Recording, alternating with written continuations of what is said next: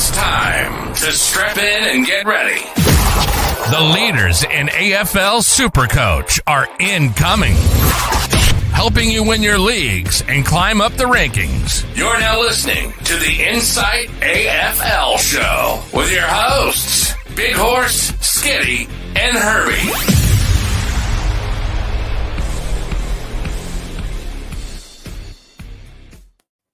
Good evening and welcome to the Insight AFL Show. I'm your host, the Supercoach Big Horse, and joining me this evening, as always, fresh off the back of watching his beloved Kangas go at it, Skiddy. How are you, mate?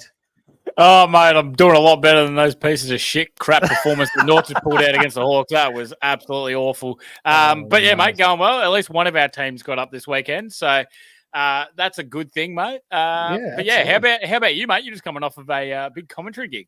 Oh, yeah, it was tough, actually. So I did TV commentary for the Bendigo Braves, both the NBL 1 women and men's, who put on a stunning show there. The women are currently on a 34-game win streak, so they haven't lost since 2022.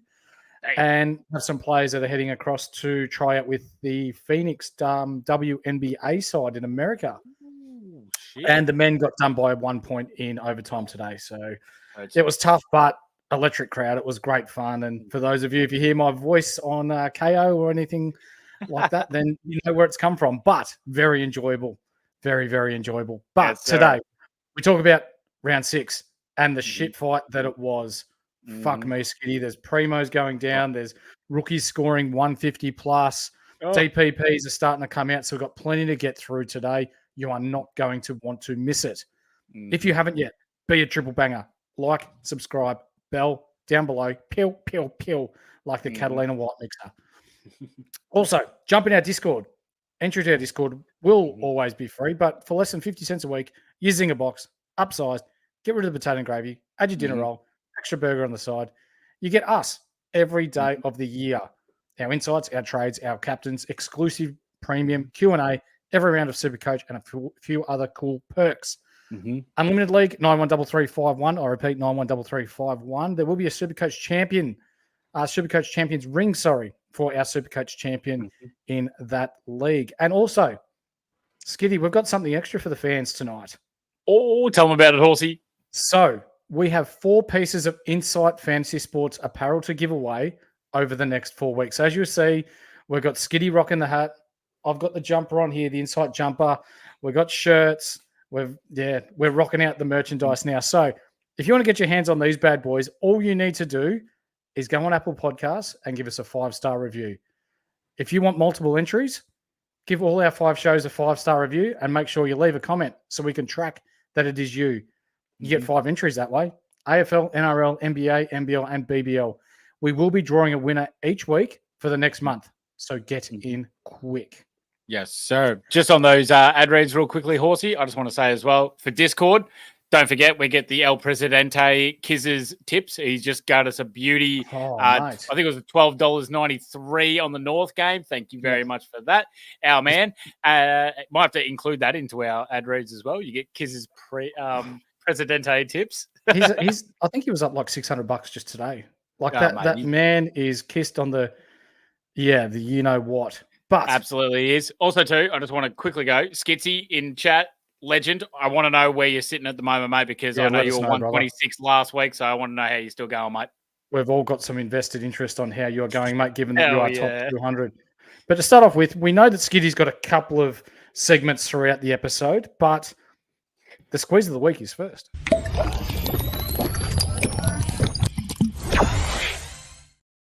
Yes, it is, Horse, and another week where it doesn't go off because who would have picked Bailey Dale from the Western Bulldogs going back 2 years in time and whipping out a 174 or 5? I can't remember what it was after scaling, but unreal from Bailey Dale. Unfortunately, no one gets it again. So after Waterman's absolute piss in last week, we get Bailey Dale this week. So it's amazing what happens when Bevo actually puts the right plays in the right positions for them to succeed. Bailey Dale smacks this out and they win by 60-odd points. Unbelievable, Horse. Oh, isn't it? And you know what's good about this week? Footy starts on Wednesday. So we've only got 2 days without footy and then we're back. So that is absolute Christmas. the things you love to see. So Whoa. well done, AFL. You've done something right. Mhm. If you want to sack Bevo, that would be the next best thing. But Wednesday night, we will give you another opportunity to win the squeeze of the week. Thanks to the guys at the Standard Squeeze who are helping you drink responsibly and conveniently. Where is it? There it is. You can go to the website, thestandardsqueeze.com, and use the code IFS15 to get yourself 15% off everything in store. And for those of you that are listening, these have been our sponsors right from the very start. Ash and his wife, Carly, have welcomed a new baby girl to the world. So, Sado, I know you're a frequent listener to the show. Congratulations, brother. From all of us at the Insight Fantasy Sports community, not just Skiddy and I, not just the guys that are working behind the scenes, on behalf of everyone that's watching, congratulations, brother. We are stoked for you. Awesome. Absolutely awesome. Mate, the first game of the round, the Dogs pizzled the Saints by 60 fucking points. It was a shit show, mate. Absolutely, it was. Also, Skits has just said that he's now cracked the top 100. Skitsy! Get your stiffies and boners baby. out. Congratulations, brother. On you, Skitsy. So absolutely dominated 124 to 64. As we said earlier, Bailey Dale with that massive 175, currently sitting at 427k. Horse, he was top 6 defender a year ago. He was. Absolutely unreal. He still didn't make his break even though, which is nice. So he's now got this 175 in the next 2 weeks as well, which is beautiful. He'll be going around about 420k. Yep. And he's going into Hawthorn and Fremantle. Very, very interesting here. If Bebo puts him back into that same role that he had, oh shit, we could be looking at a little something here. If this was any other coach in the AFL that wasn't Bevo, you would be licking your lips. You'd be moistening the loins. You'd be bringing him in, but it's Bevo. Do you think this role sticks, mate? I can actually see it. I think what he did on Thursday night he was phenomenal. Unbelievable. And they didn't do this bullshit where they were like, oh, we'll try and, chip it around or anything like that. They took the corridor, they took their run, they just gave it to Dale, and Dale just went for it. And I was like, beautiful. And he was pushing up high as well. It's a very, very favorable role. I really, really like it. I have been a person that has been a backer of Bailey Dale previously when he made All-Australian the year that he made it. So maybe I have a little bit extra in it and I'm thinking a bit too far ahead, but Bevo surely can't go back and not continue this for Bailey Dale because he was phenomenal. For those of you that are considering it, as we see a couple of our legends joining us in the chat, it's only 100k upgrade from Zach Williams. Yeah, that's what I'm saying here. This fascinating, is bottom price that you'll get for Bailey Dale, who has been, I think he's been close to 600k before in his in his time. Yep. So it's very, very tempting here, Horse. Like for the price that he's at with that score now in his rotation, it's definitely something that you could have a swing on, I think. Treloar's someone that I don't think you can have a swing on, even though this was a huge game by him. 151. No Libba. He was the inside mid, and he just absolutely dominated the Saints.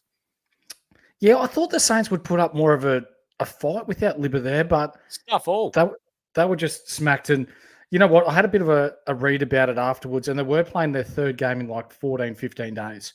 Yep. So it could have been a bit of burnout for them. Rossi Lyon came out afterwards and said, the lads are a bit burnt out and he was a bit concerned by this, but still, you can only play on who's put in front of you and the draw that it is. So, if you're worried about that, you need to manage your players better. So, a smacking by the Western Bulldogs, but moving forward, the Bont, he's back. 24 touches and 3 goals, mate. Beautiful. Yep. That's what we want to see from the Bont. And he, at points in time, mate, he just looked like he was just doing whatever the fuck he wanted. So, really, really like that from Bont. How about from Jack McRae, though? 123, 480k mid forward, 30 disposals. Absolutely called that one. 30 disposals. That was easy. But the 7 tackles was nice as well from McRae. It was. Matthew from him.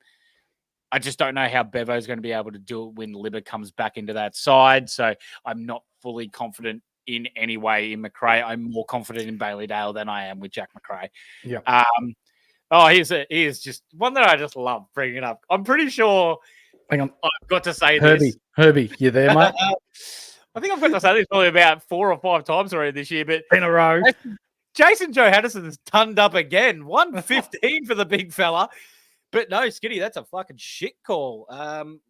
Thank you very much, Herbie. But JJ, another 115, still not touching him, but that's all right, mate. Timmy English, though, we weren't expecting much because he was going up against Marshall, but geez, did he put the work in? He looked much better, didn't he? It was almost like Bevo was like, I've got to let my players play today. Yep. And absolutely. I was actually disappointed. I thought English was going to score better. Like he pizzled Marshall. Yeah, absolutely destroyed him. I thought his around the ground work was really, really nice. And his work rate to contest is something that Marshall's also good at. Yeah. But I feel like that he was obviously able to make the contest in the air. But I think English did enough around the ground as well to be able to get those little hard ball gets. And it was a much better showing from English. Mm-hmm. Garcia, 82 Supercoach points from 17 touches, 125k forward. I am very interested. We both think that we want to see Libba hold his spot. Yeah. But I think Harvey Gallagher is probably the one that makes way. Garcia is really smart with ball in hand, mate. Yeah. I like his footballing smarts in his position and his decision making as well. It's not perfect, but it's better than what Buddy Gallagher was representing for them. So, yeah, definitely tell that. Bukaki Party, I think it's almost drying up for him, mate. It is nice, but he's playing way more as a key defender type role. So, yeah, not for me there. Sam Darcy, sorry. Ooh, that hurts. Jesus, the cone fucked him, didn't he? Oh, badly. That really, really hurt him. He only got a 49. Still, his break even is going to be small, but hold what you can for now. But yeah, it's getting close to the time where we're starting to worry about him. And how about what Bevo's done to our man, the bloody zinger? Do I? He's not garbage, and it hurts because his coach is doing it to him. But I mean, I called it this. He was going to be the sub because Bevo wanted to play more experience, and then he gives him no game time whatsoever, and he gets a 15. Unfortunately, he's not garbage, but I think we still have to get him out of here. That's a better representation. We mentioned last week he's been subbed twice, now 3 times in 6 games. He threw the toys out of the cot and got upset when he got subbed off the week before. Bevo was always going to make an example of him. I know people help him because of his DPP status that he is going to receive.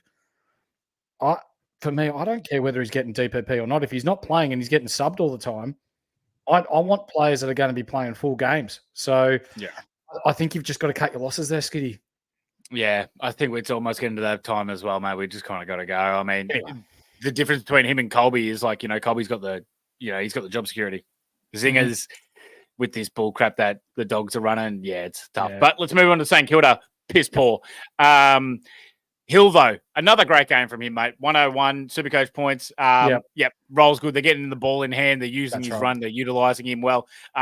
Way too up and down, but I really like him as a player and how he moves. Backed up his 136 the week before with his 101 this week. Yep, very, very nice there. Jack Steele, though. Ooh, shit. Imagine if you VC'd him over Bont. Oh, that would suck. Guilty. 84 Supercoach points. First stinker of the year, though, for him. So he'll bounce back from that. We can say what it wants. Yeah, he looked exhausted, in fairness to him. The tackling was down as well, which is something that we don't expect from him.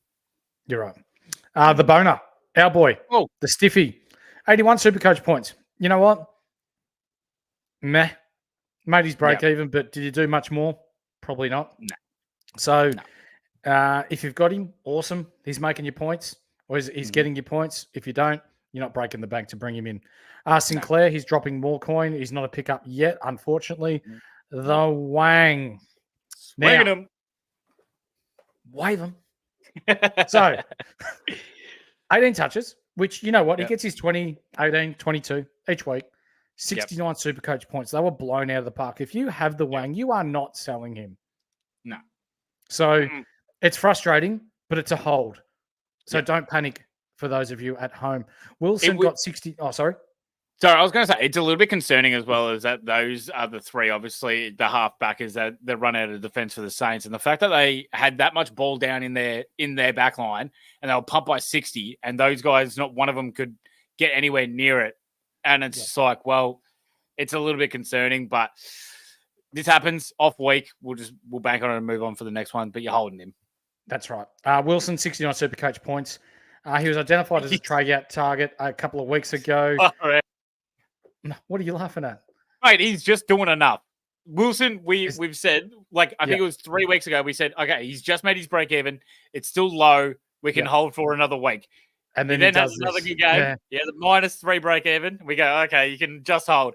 And then we're like, okay, now he's going again, and he's done all right again. It's just a hold. He's not blowing us out of the park with his scores, but he's just doing enough for us to hold him. So he's also gradually getting a little bit better each week too. Yeah, that's right. Just that little bit.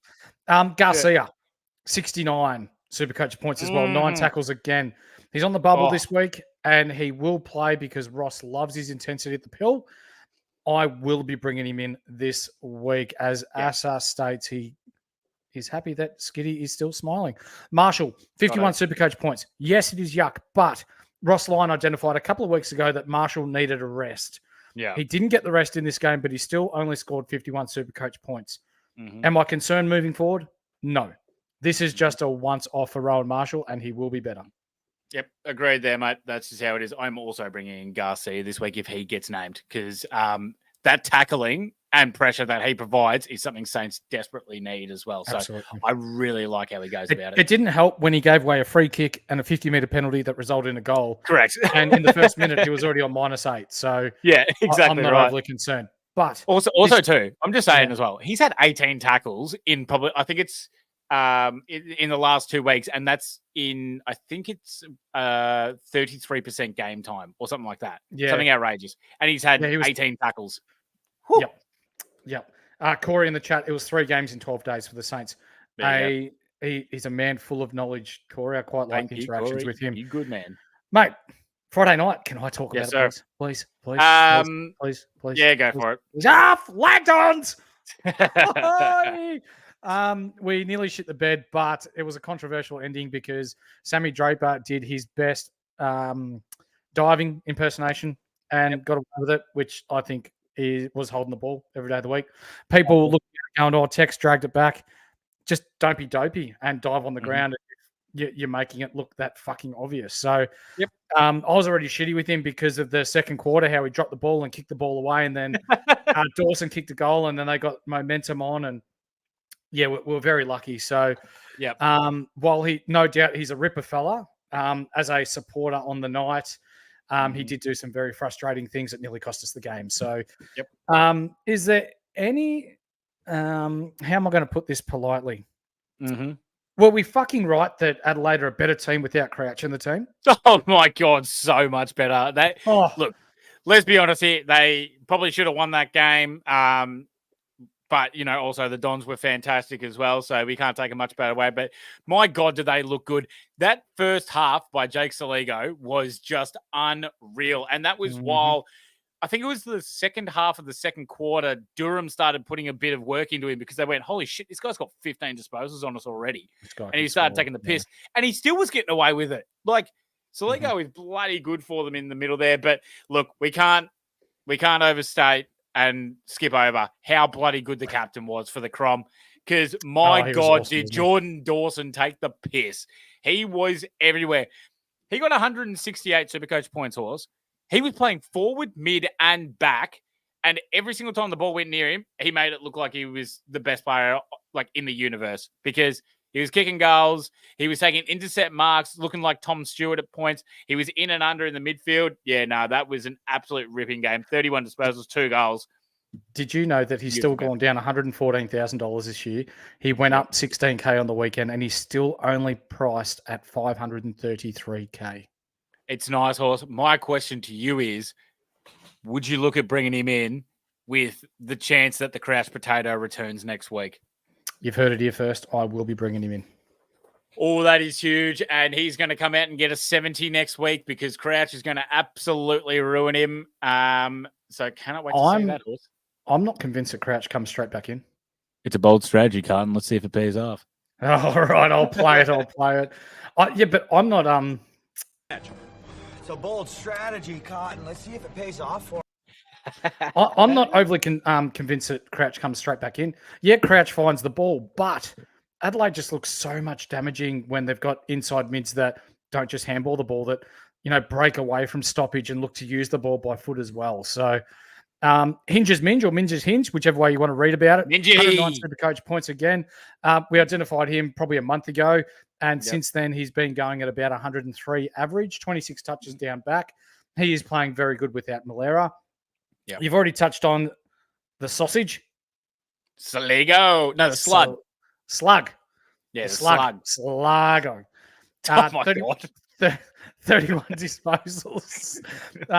Yeah, I'm confident he'll keep Crouch out. Rankin, I know a few people jumped on Rankin early last week because of his CBAs. If it wasn't for that last quarter, he would have scored about 40. Oh, my God. He's dog shit when it comes to Supercoach. He'll probably come out and get 120 next week and then 40 the week after. I can see the appeal of him, though, because he does do a lot of flashy stuff. He does do some little bits and pieces with the ball. It's like, as we said, it's like Shy Bolton. But, yeah, he was absolutely horrible until that last quarter, but he turned it on a little bit. But, he needs to be able to put more of a full game ahead. Rory Laird, are you hitting the panic button on him? Because that's another stinker in a row, and that's without Crouch. I am. Panic button? Yeah. We don't like to panic unless we give the signal, but the signal is well and truly there. I'm not... obviously, we're trying to upgrade our lesser players first and then sideways move our primos. But when you're looking at it, if you have Laird, this is screaming danger right now because we haven't seen two bad games out of a row from Laird probably ever. Ever. Yeah. So this is concerning. He scored once under 100 last year, and that was in round one. Then when it wasn't 122 average for the year, the fact that he's won 80 and then 74, whatever it was last week, it's alarming. Yeah, absolutely. And I think I'm putting it down to the fact that Rochelle and Rankin are now getting more midfield time, and it's not allowing Laird to go get his 30 odd every single week. I'm looking forward to speaking to Hamo this week about the Crom because he's a massive supporter of them and follows the players pretty closely. But I'm still not sold on Rochelle either. No, neither. No. I think he tries to do too much with the ball, and there was one passage of play where he's run in.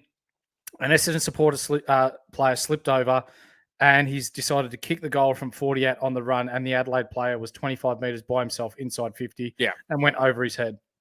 Yeah. It almost appears he's for the personal accolades, not about the team. Yeah. I don't like that. No, neither. But before we get stuck into the Essendon players, just Kizza letting us know that he's here, and I'll let you read the comment underneath that, mate. No, he can get fucked. I'm not reading that out, but he is the president, so I will give him mad respect. They will not be referred to as that. You can get stuff. You're not using my own shit against me, Kizza. Yeah, no, we're not going to talk about the Kangaroos. So Essendon, can we? Yeah, let's talk about them. So Caldwell, 129 Supercoach points, 26 touches, 10 tackles. Martin, 114 Supercoach points, 28 touches, and just keeps rolling.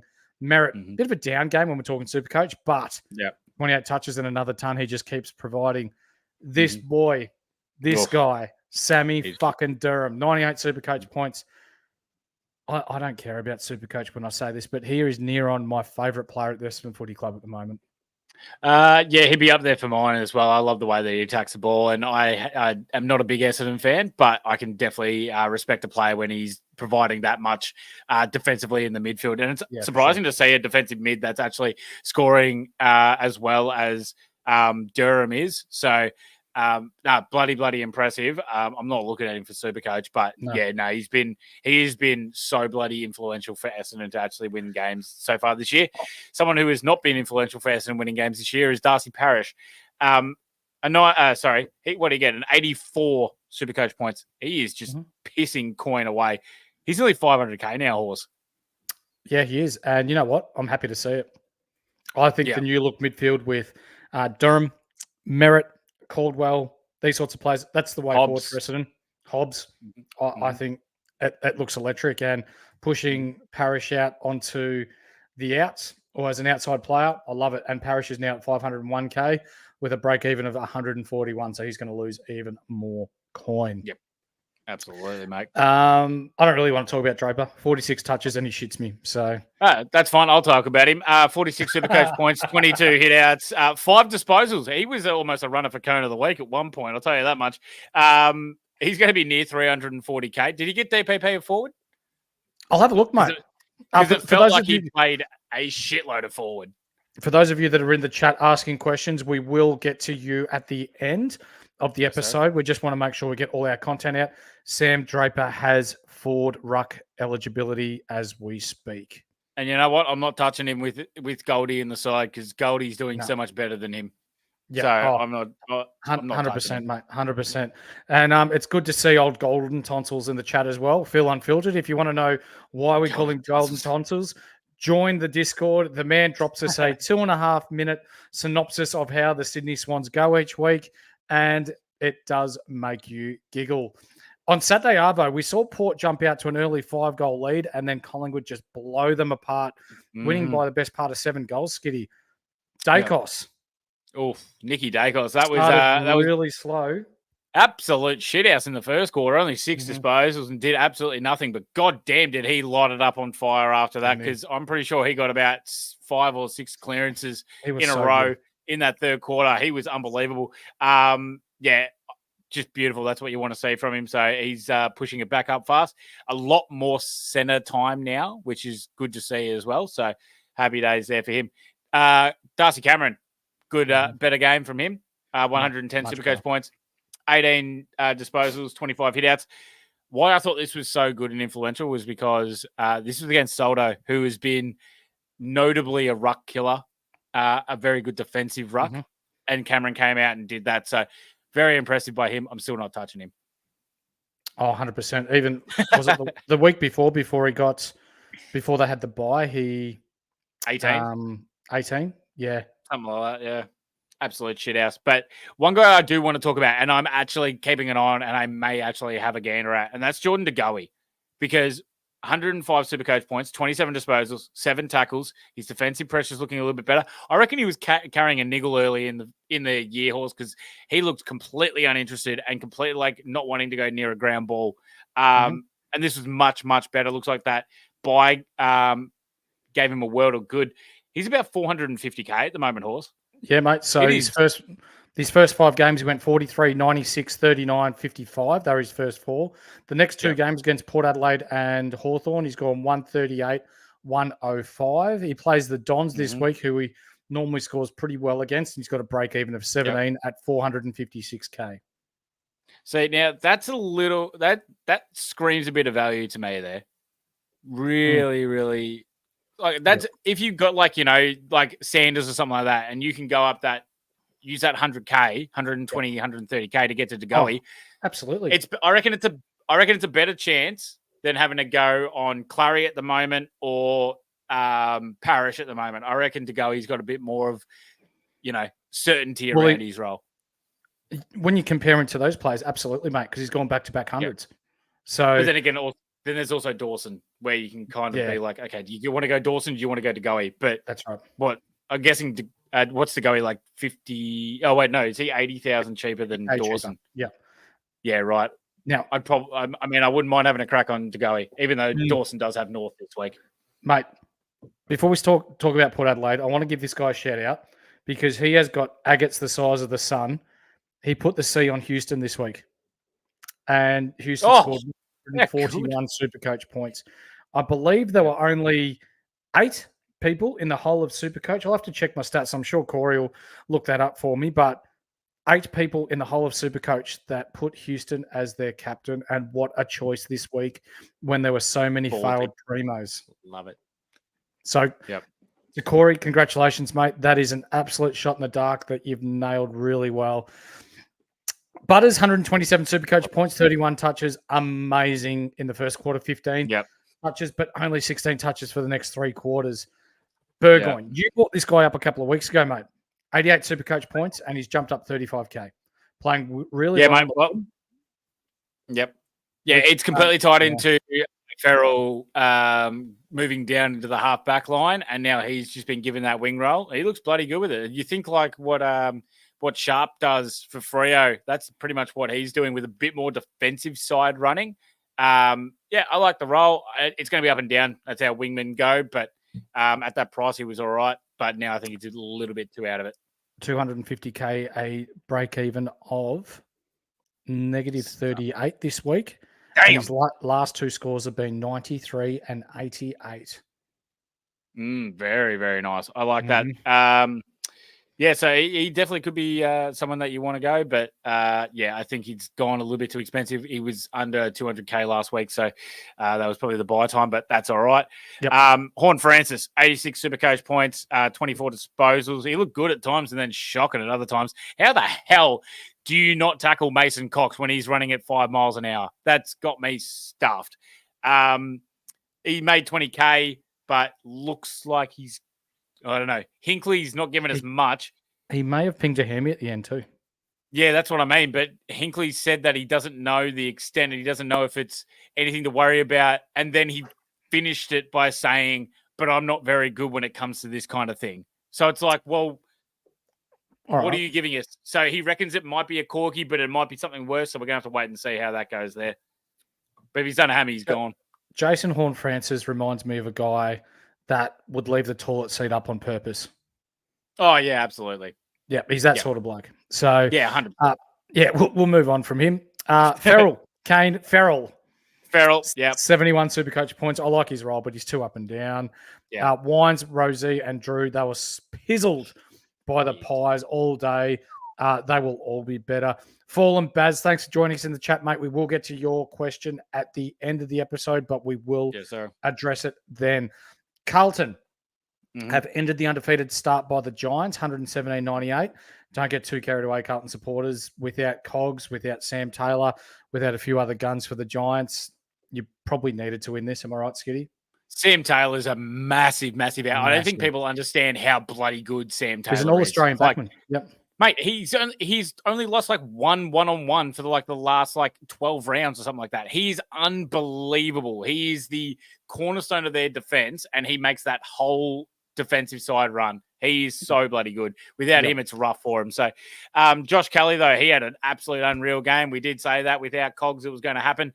But when Cogs comes back, that's how it's going to be. He's probably going to move back a little bit. The only reason that you'd get him in is if you believe that he can keep this going with Cogs when he returns.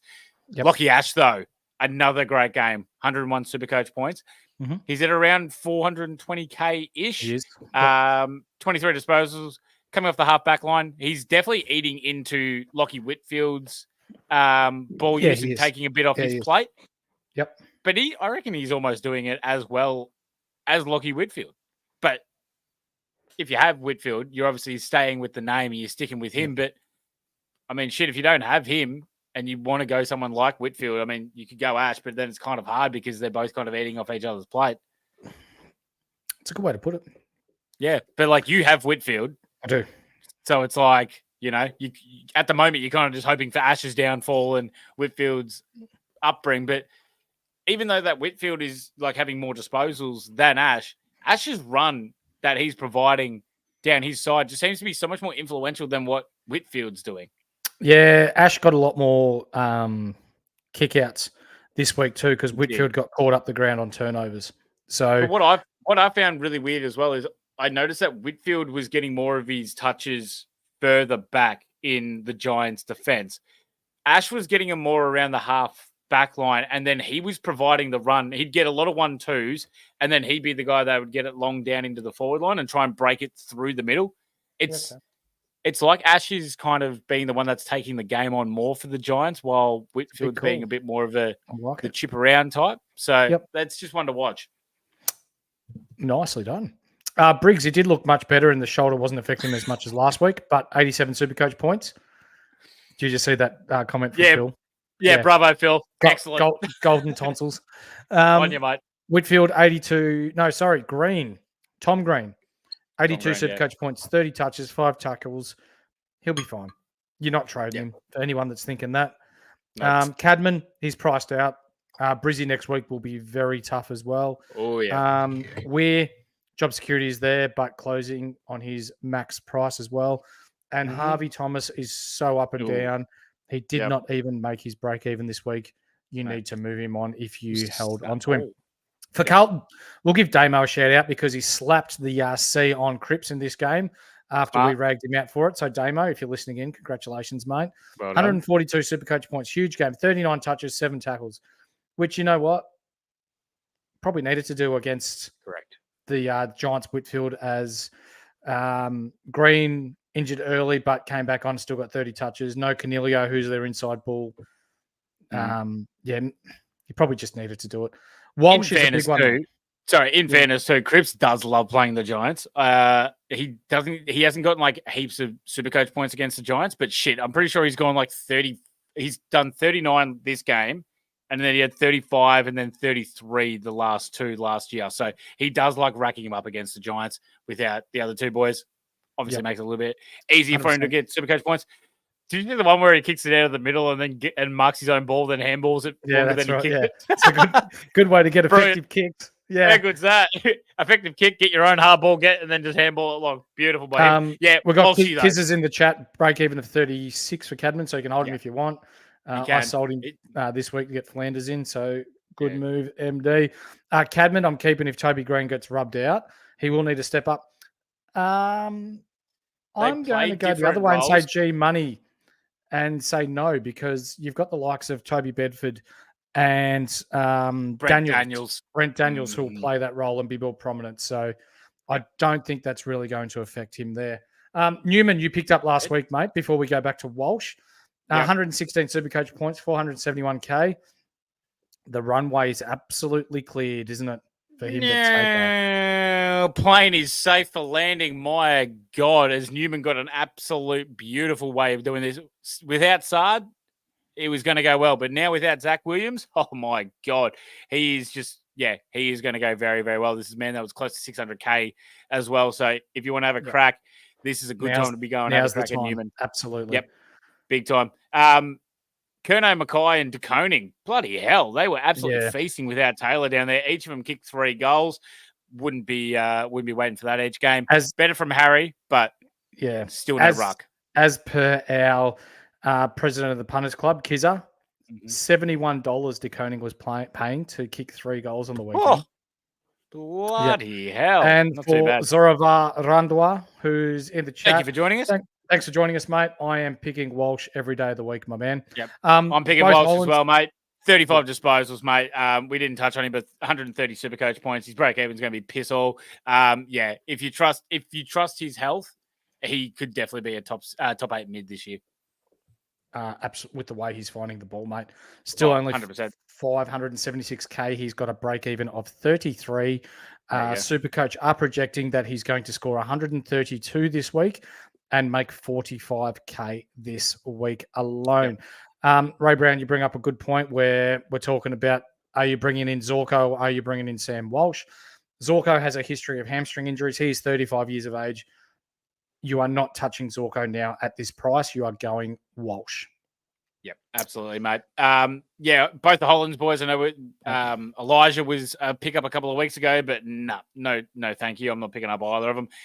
Carroll, if you still have him, piss him off. We told you to piss him off 2 weeks ago. He's still the sub. Both the Hollands boys are absolutely destroying him. I can't see him getting his wing roll back. Nope. He's done. Zach Williams, that absolutely sucks. He was primed, ready. Damn, at least he's made us the coin. That's good. But yeah, that's bad. What do we know the extent of the injury yet, Horse? He got kicked in the Achilles. Oh, great. But has he done the Achilles? That's the question. I don't think so. Okay, beautiful. Well, hopefully there's nothing coming up in the injury reports yet. So for anyone that's listening in, if you've heard anything more on Zach Williams, feel free to let us know. But awesome. It might have been a bit of the playground. Oh, he kicked me, miss. I need to sit out for half an hour kind of thing. So, but that's the thing. If it's not like a full-on Achilles, then, considering how bad some people's backlines are with some of the other injuries that we've had to cop, I mean, we can have to wait and see. But hopefully all the best to Zach Williams and he hasn't done the Achilles. Let's just hope it was like a little precautionary kind of thing. And I will feel very bad if he has done his Achilles, so I'll apologise in advance. It's time to get this garbage out of here. Yeah. But as we said earlier, we're going to give the Insight community a chance to win some apparel, as per Skiddy's hat there, my jumper, the shirts, the beanies that we've got rocking over the next 4 weeks. Yep. All you need to do to win is give us a 5-star review on Apple Podcasts. If you want multiple entries, go give 5 of our shows a 5-star review and make sure you leave a comment so we can track who enters what. That's simple. AFL, NRL, NBA, NBL, and BBL. We will be drawing a winner every Sunday for the next month. So get in quick. And these hats are beautiful hats, and I love the beanies. Oh, the beanies and jumpers are bloody great. And the shirts. Oh, the jumpers are so bloody comfy. I got to give hats off there. They are fantastic work there. So, yeah, real big fans of those. G's done some great work with that. Perhaps the only thing bigger and better than the merchandise? Oh, there's the Insight Supercoach World Cup. If you ever thought you're elite at Supercoach, well, now you can prove it with our year-round Insight Fantasy Sports Supercoach World Cup, featuring all 4 sports in NRL, AFL, NBL, and BBL. It is $20 to enter before the first bye round of the AFL season, which will be, I know we've already had bye rounds, but it'll be round 11. So get in quick. Your rankings will be calculated, and the best performer over the 4 sports combined will take out the best Supercoach player in the world. No other organisation, business, or anyone do anything like this. And how cool will it be to be known as the first ever Supercoach World Champion? Join our Discord, which will be in the link below, on the description below, to find out more and register. Our boy Asa has just come through as well. He said Zach Williams has not done his Achilles because he was kicked there. He was super aware and they played it safe. Good news. Can probably still maybe hold there if needed, because there's probably a better upgrade to be done, but that's all right. Job security is still there. So I still have faith in Newman, though, with Zach Williams there. Yes, let's go to Saturday night. And what an absolute pissing down this was. And we're going to go to it because, my God, I forgot to check the damn weather forecast before I did my multi. And next thing I know, it's just pissing down rain the whole goddamn time. Brisbane lose to the Cats, 63 to 37. Really, really tough to take too much out of this horse because not many goals being done here. It was just an in-tight, scrappy game of footy. Yeah, congratulations to the Cats for winning. They played it better, but we're going to try our best to dive into this because you can't really take too much away from this. No, well, I did watch this game. And for those of you in the chat who are talking about Android and only having Spotify, if you give us a 5-star review and leave a comment on Spotify, then just message us in our Discord and let us know, and we will go from there. But for the Brisbane Geelong game, Neil, 109 Supercoach points. You can pick him up if you believe in him, but not for me just yet. Zorko, he's already been bought up, Skiddy. So he got 130 Supercoach points this game, which is a huge game in the way, 26 touches. If you believe that he's going to be a top 6 forward, pick him up. If you think that he's going to play every game, pick him up. If you're going on the basis of that he's got a 66 break even and he's going to break that this week, pick him up. But be warned, he's got hamstrings like mine. They will snap just thinking about running. Also, too, he got 130 Supercoach points, but he got it was a mark in the back line, a double 50-meter penalty his way, and then a goal. So that did account for a fair amount of those points. I think he would have finished around about 112-ish or something like that without that. So just keep that in mind. One that I am looking at, though, Noah Ainsworth. Bloody hell, he didn't. You picked this. I'm giving you all the credit in the world here, mate. You picked this last week. The role is there. I know the wet weather probably did help him a little bit, but 24 disposals and 116 Supercoach points. It was absolutely beautiful. Good for a catch grab last week. If you did end up going his way, I don't think he's going to be able to replicate this, but the 116 in the rotation for another 2 weeks is quite nice. I think he's 250 odd K or something like that now. So you'd be throwing him up against like Burgoyne if you wanted to go down from a primo or something like that. But I think he's just a bit of an awkward price, but it's not one that I hate. You know what I mean? Like you could definitely do worse than going him. Dunkley, 98 Supercoach points. He's continuing what he's doing, but it's not as much as he was last year, which is a little bit annoying. And I would have expected more from how much of an in-tight game this was. 603K he's down to. And he's got a break even of 124 this week. Yeah, I had more faith in him at the start of the year, but I think there's better primos at the moment. And I don't know. And also Ashcroft's got to come back into this. It's just not looking like the Dunkley we know and love. Jasper Fletcher, though, 82 Supercoach points. I just don't trust him from week to week basis. I think you're right. It was a good game, but I just don't trust him for that. Kai Lohmann, 62 Supercoach points.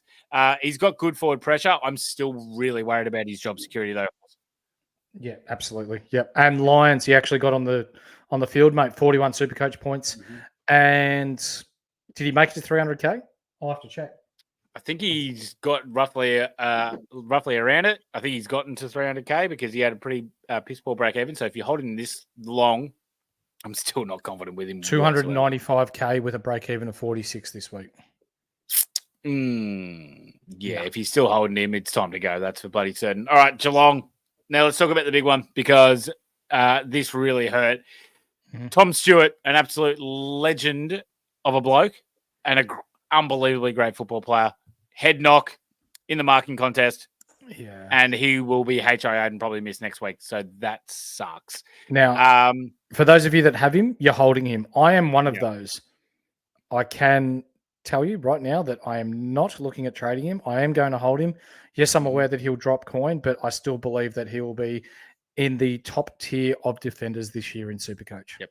Agreed. You don't want to be trading out, going sideways for a player that's going to miss just 1 week because of HIA, but especially someone that's as good as Tom Stewart. Jack Bowes, though, 124 Supercoach points. But here was the concern. A great game from him. Really, really liked it. But Dangerfield back. 1 centre bounce attendance horse for Jack Bowes. Now, why I'm concerned of this, I know that, so it's only 1 CBA. And I know there wasn't very many goals, so there wasn't many CBAs to be had in this. He did have midfield time, but most of his disposals came on the half-back line. And in this wet and under kind of style, it does suit him. I'm just not convinced that he's going to be able to do this every week now with not getting the midfield time that he requires, especially with Guthrie also coming back into the side too. 100%. Yep. So I totally agree with you. Holmes, 98 Supercoach points. Pick him up if you think he can be a top 6 mid. For me, I don't think that. I think he'll average around that 100 for the year. Conway, his ceiling's just a little bit low. It's like low. He hasn't gone massively, you know what I mean? But he hasn't gone shit either. It's very safe. Yep. Conway, 64 Supercoach points. He's a watch if he can get consistent games, but yes, he's on the bubble this week, but we're not bringing him in. Jeremy Cameron does what Jeremy Cameron does, 59 Supercoach points in the wet. It wasn't a game for him. And Dempsey, he made 15K, but I'm one of the owners that are looking at selling him this week.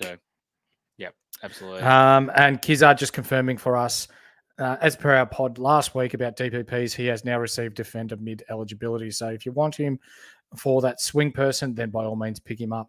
But Saturday night, that game wasn't even the most exciting thing that happened, mate. This was the most exciting game. West The Derby. Coast absolutely ripped the pants off Fremantle and gave him the old wang, boner, stiffy, whatever you want. And they were up by 70 points at one stage. I think 64 was the max that they got to. They absolutely belted them. Now, I'm going to let you talk about this guy, Harley fucking Reid.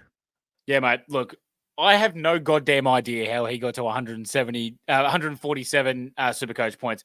He took the piss. I'm going to 100% say that. And everything he does and touches turns to gold.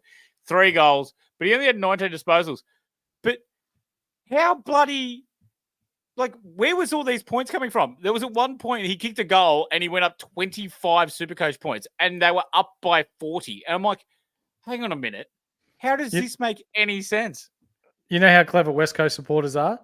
They get their caps lock mixed up with the lowercase letters. Good on you, PW. Love having you here, Oh, yeah, mate. PW. That's PW is fantastic, our mate. man from the United Kingdom who tunes in each week, and we love Yes, having him sir. around. But Harley Reid, how good is this kid going to be? And I know that you're in a pissed off mood, I'll say, after watching North Melbourne live in the flesh today. And rumour has it that you're waiting outside the club rooms to have a quiet word to Tristan McSherry and Clarkson, but they were too scared to come out. But how much does it hurt that North Melbourne missed out these guys on Harley Reid? Look, yeah, it does, but also too, like, you know, they want to instill winning culture, so I understand it. They wanted to try their best to be able to do that. Yes, it does hurt missing out on Harley, but I'm more happy just watching how good of a footballer and how good this kid is. Like, he tore them apart.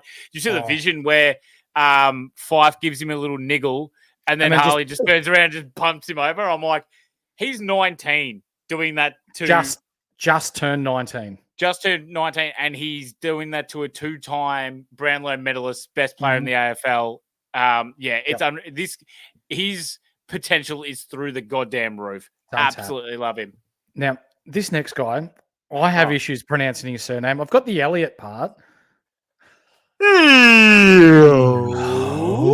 Elliot. Again, unbelievable. He's outrageous. 112 Supercoach points. He's almost at 580k now, Horse. Elliot he could easily be a top 6 defender now as an inside mid. It's unbelievable. If you were ballsy enough to have that chance on him at the start of the year, well done. He's paying off so well right now. Yep, well done. The W train, Waterman. Oh, dude, he's done it again. Is he leading the Coleman? He's third. Horse is third. 5 goals again this week, 107 Supercoach points. So for the 86 people in Supercoach that had him last week, he scored well again. That's absolute. You're taking the PI double 5, you lads at home. This is unreal. McLovin. Puddin. 100 Supercoach points. If you have him, you're holding him. He played well in this dominant win, but Puddin, he just didn't see much of the ball down there, did he?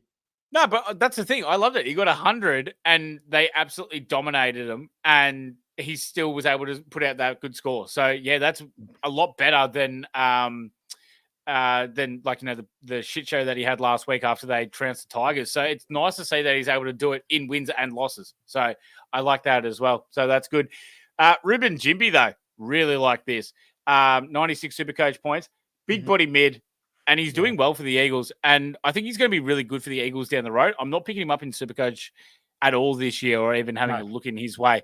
But I really like him for the Eagles and for future points down the road. Yeah, absolutely. And PW brings up a good point about Waterman. His old man, Chris Waterman, was a gun player back in the 90s for the Weagles. And Campbell Chesser, 44 Supercoach points. He's just shit. Yep, so, absolutely rubble. For Fremantle. And I'm kind of looking forward to the cone of the week this week, because I reckon the Fremantle Footy Club as a whole would nearly have a nomination in this. But Sarong, 107 Supercoach points, 27 touches, 6 tackles. Freo were killed in the middle. We did bring up a good point last week that Darcy being the number 1 ruck, he's got no game time under his belt.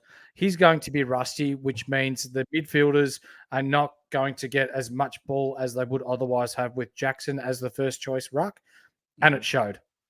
Oh, yeah, absolutely. I think also too, like, Sarong normally does play well against the Eagles as well. But I think the Eagles now, with how big their midfield is, with Harley, Jimby, Yo, it is a lot different for something that Freo had to also deal with during that game. They won the hitouts 52-24, the Dockers, but they lost the centre clearances, and they won the clearances for the game. But yet they may have got the first hand on the ball, but they just got absolutely killed after that. Like, as soon as they got the clearances, they were done. Clark, though, 115 Supercoach points. Yeah, he was definitely one of Freo's best. He was taking the intercept marks. He looked fantastic, so you're definitely holding him. Darcy, though, 102 Supercoach points, 13 disposals, 30 hitouts. He only played 66% time on ground, Horse. Mm-hmm. Yep. So I'm worried for him next week. I think he will get an absolute bath from English. Singles, yeah. I don't know whether you ever remember, for those of you listening at home, feel free to put in the chat if you think that I'm talking at my ass. But whenever you play your first game for the year, for the next 3 or 4 days afterwards, you are sore as fuck. You are struggling to get up. You are doing everything you can to recover the best you can.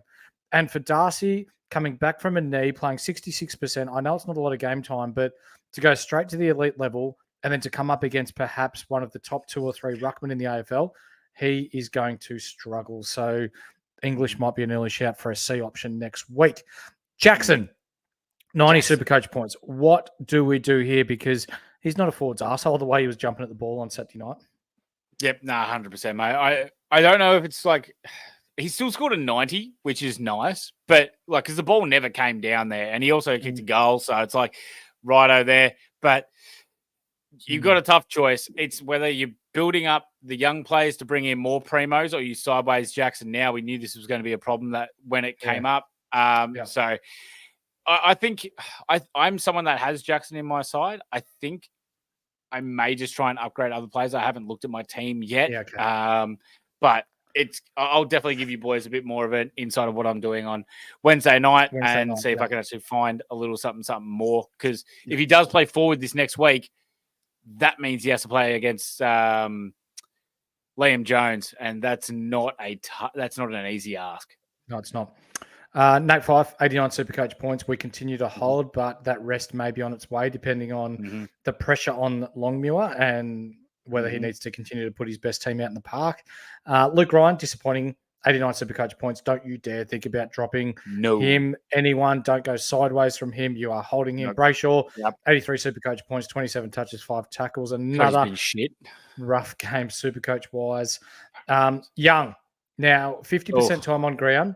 Ice on the hamstring. Has he done a hamstring, Skiddy? I don't know. Has he done we haven't heard shit from him, have we? No. It's been weird because, like, he was good when he was on. He looked better in the mid, but yeah, it just seemed like the Dockers, because it wasn't even, he was playing at the end of the game too. So they were just kind of just like, no, we're just going to ice him. All right. Fair enough then. So yeah, I will keep an eye out for that and see what we can figure out from Hayden Young. Sharp though, 67 Supercoach points, 17 disposals. He looked okay, did a couple of little things. He's now up to 330K, I guess. 337K, break even of 72 now. So that 129 is on its way out. He, alongside Dempsey, will be sold this week for me. Okay. I like it, Horse. No, that's all right. Also, too, I just want to bring up Corey's. Harley Reid scaling was a joke in the first half. He had 8 disposals for 88 Supercoach points, and I'm pretty sure he only kicked a goal at that point, or maybe 2. You know what? Charlie Cameron gets the good bloke tax at the tribunal. Harley Reid gets it in games with Supercoach. You know what? It's also fair too, because I really love Harley Reid, and I'm never going to be upset that North didn't get him, but that's all right too. There you go. Kizza said, Longmuir said he had a tight hammy, so no point risking him as the game was already done. He's not just Punters Club president, Discord operations manager, but he's also all over injuries with AFL players. He's one bloke that's got one of the best moustaches getting around alongside Joey Danaher, and that is Ryan from Stu Newstead. So you wanting to buy that first home or even an investment property and don't know how? Are you the current owner with interest rates above 6.2%? Well, Ryan can guarantee you that there are better options for you. Best part is he'll do it for free. Reach out to him on his link tree, which is down below in our description. You fucking heard it here first. I got it right. It is not LinkedIn, Skiddy. It is Linktree. I was looking at your tree behind you. Or you can contact him on 0431 766 784 and let him know the Insight Boys sent you. You know what? He's going to be fucking stoked with me tonight. Trees in chat. Horse got it right. Oh, Jesus. Here we go. Now, today, we've probably got Golden Tonsils in the chat because he's just all about the Sydney Swans. They smacked the Gold Coast Suns, mate. Yeah, I mean, look, Gold Coast kept it a little bit tight for the first quarter, but then, Sydney just did their thing in the end there. So, cruised by the end of the game. So, good to see that the Swannies getting over the line again. Heaney, bloody hell, he's good. Now, it wasn't the Heaney that we love, only a 98. I love that you say only 98. Yeah, because he's been going at 144 and 100 and all this bullshit. Do you reckon Adams had any impact on him, or it's just a little bit of a lighter game? Because he did start pretty well. Not overly concerned. It was a massive point differential. They probably just took it a little bit easier in this one. So, not overly concerned with it, mate. Mm-hmm. Yep. Can say that. Errol. Mm-hmm. Talk to me about Errol. Yep. So 607K now. He has a break even of 143. Scored a 98, 30 touches. I'm interested. I think I can do better though, because Errol's still just been. I know he's having games where he's quiet in a half and then he blows up after that. So I'm just still a little bit like, yeah. Yep. Asa brings up a good point in the chat that I've just researched and had a look myself at. Heaney gave away 2 free kicks and spent the last 10 minutes or so on the bench. I'm not worried at all because I'm looking at his time on ground and it's at 77%. He had 28 touches, 18 kicks, 10 handballs, 6 marks, 5 tackles, 2 clearances. Love that, mate. Absolutely love that. You know who else I love? The Liz. Liz Blakey. Yeah, so 57 break even at the moment. He got 112 from 21 touches. He also had a bit of an injury stint with his ankle needing to be taped, and he missed a fair amount of minutes. Also, too, I hit my multi in this game, so I was pretty bloody happy. Thank you, Lizzie, for coming back. Let's not even talk footy. Let's just talk multis then. But yeah, no, I'm just pretty happy I got it, so that's all right. But one man that we do need to bring up. Ooh. I've just done a little bit of quick research, sorry. Yeah. Yep, go on. Errol Goulden's 585K. Oh shit! Okay, we mustn't have updated that, so that's good by us. Well done by us.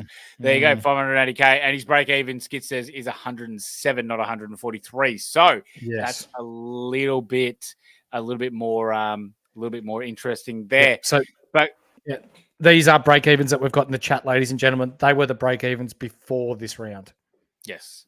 Apologies for that. But Brodie Grundy, holy shit, what a game this was from the big fella. 158 Supercoach points. This was an unreal showing, Horse.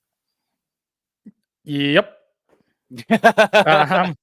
So we did because I had him and I traded him out for Maxi Gawn.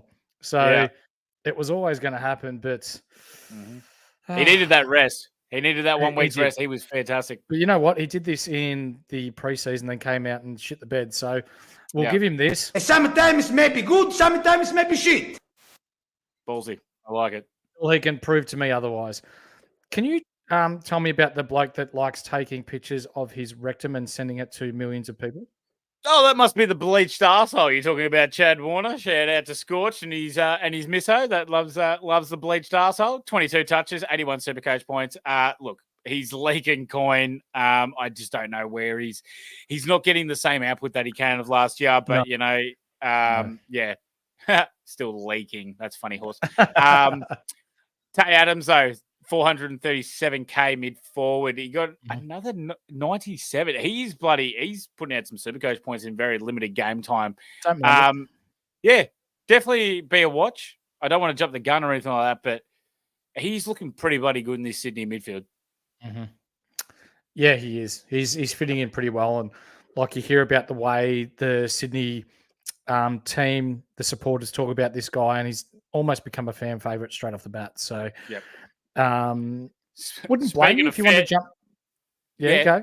Yep, absolutely. No, you're absolutely right. I wouldn't blame you if you wanted to have a crack on Tay Adams. I mean, there's definitely worse players to have a crack on. I just don't know if I can see him as a top 6 forward, but you never ever know. Speaking of fan favourites, though, holy shit, the Golden Tonsils was on one when he was talking about this man, because normally there's a lot of bias Sydney-wise, but far out did he give us an absolute ripper here. He absolutely nailed this one. For those of you watching at home, for those of you listening on all good audio platforms, Golden Tonsils himself, Phil Unfiltered, nominated Matt Roberts as the big breakout player for Sydney this year. And boy, oh boy, was he right. He's got a break even of 22 this week. He's gone up to 383,000. He's made $227,000 for owners. He's got an average just short of 92. He's got a 3-round average just short of 99. Mm-hmm. He's got moving straight into my back line.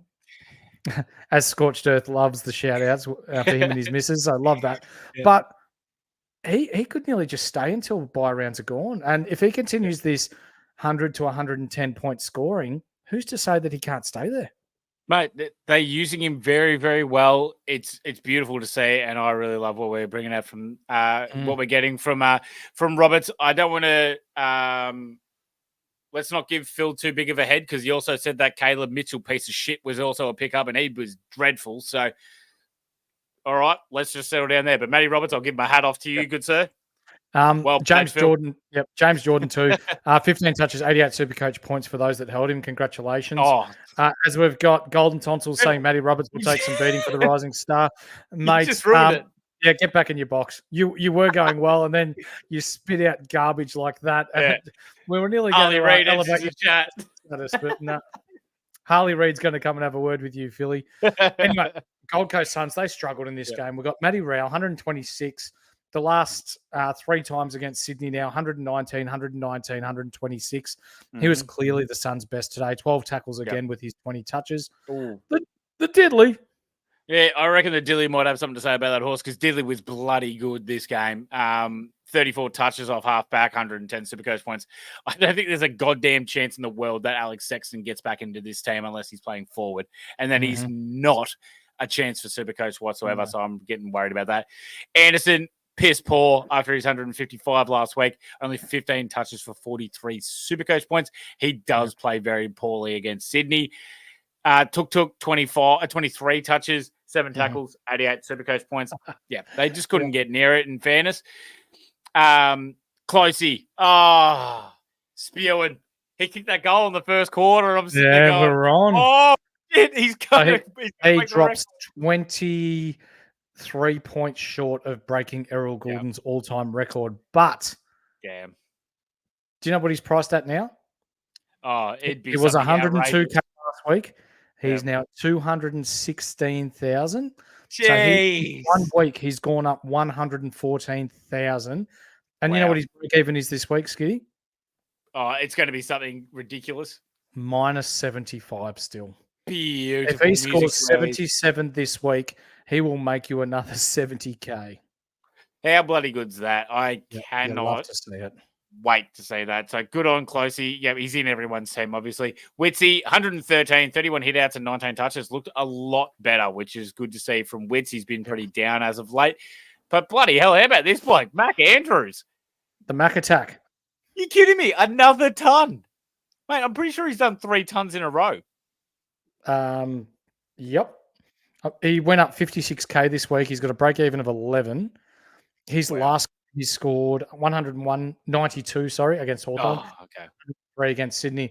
But he's averaging what? Is that 98.7 by maths? Yeah. He's actually, why am I even trying to make the maths? It says it right next to it. 98.7.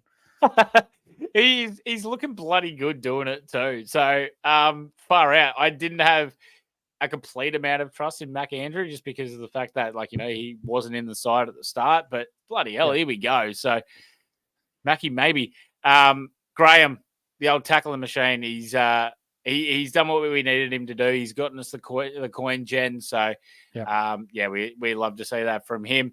Tom Berry, though, he was good.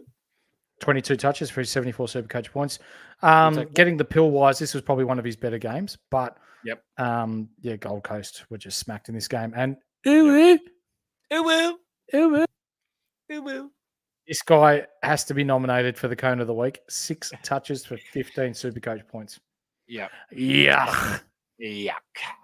Not what we want to see. But let's... in this final game, mate. So we've written very limited notes because our good friend Skiddy attended the game today between North Melbourne and Hawthorn. It was a battle of the Giants where North... Ray Brown wants you to say ooh one more time. So in a battle of the Giants, Hawthorn just sneak over the top of North Melbourne by heaps.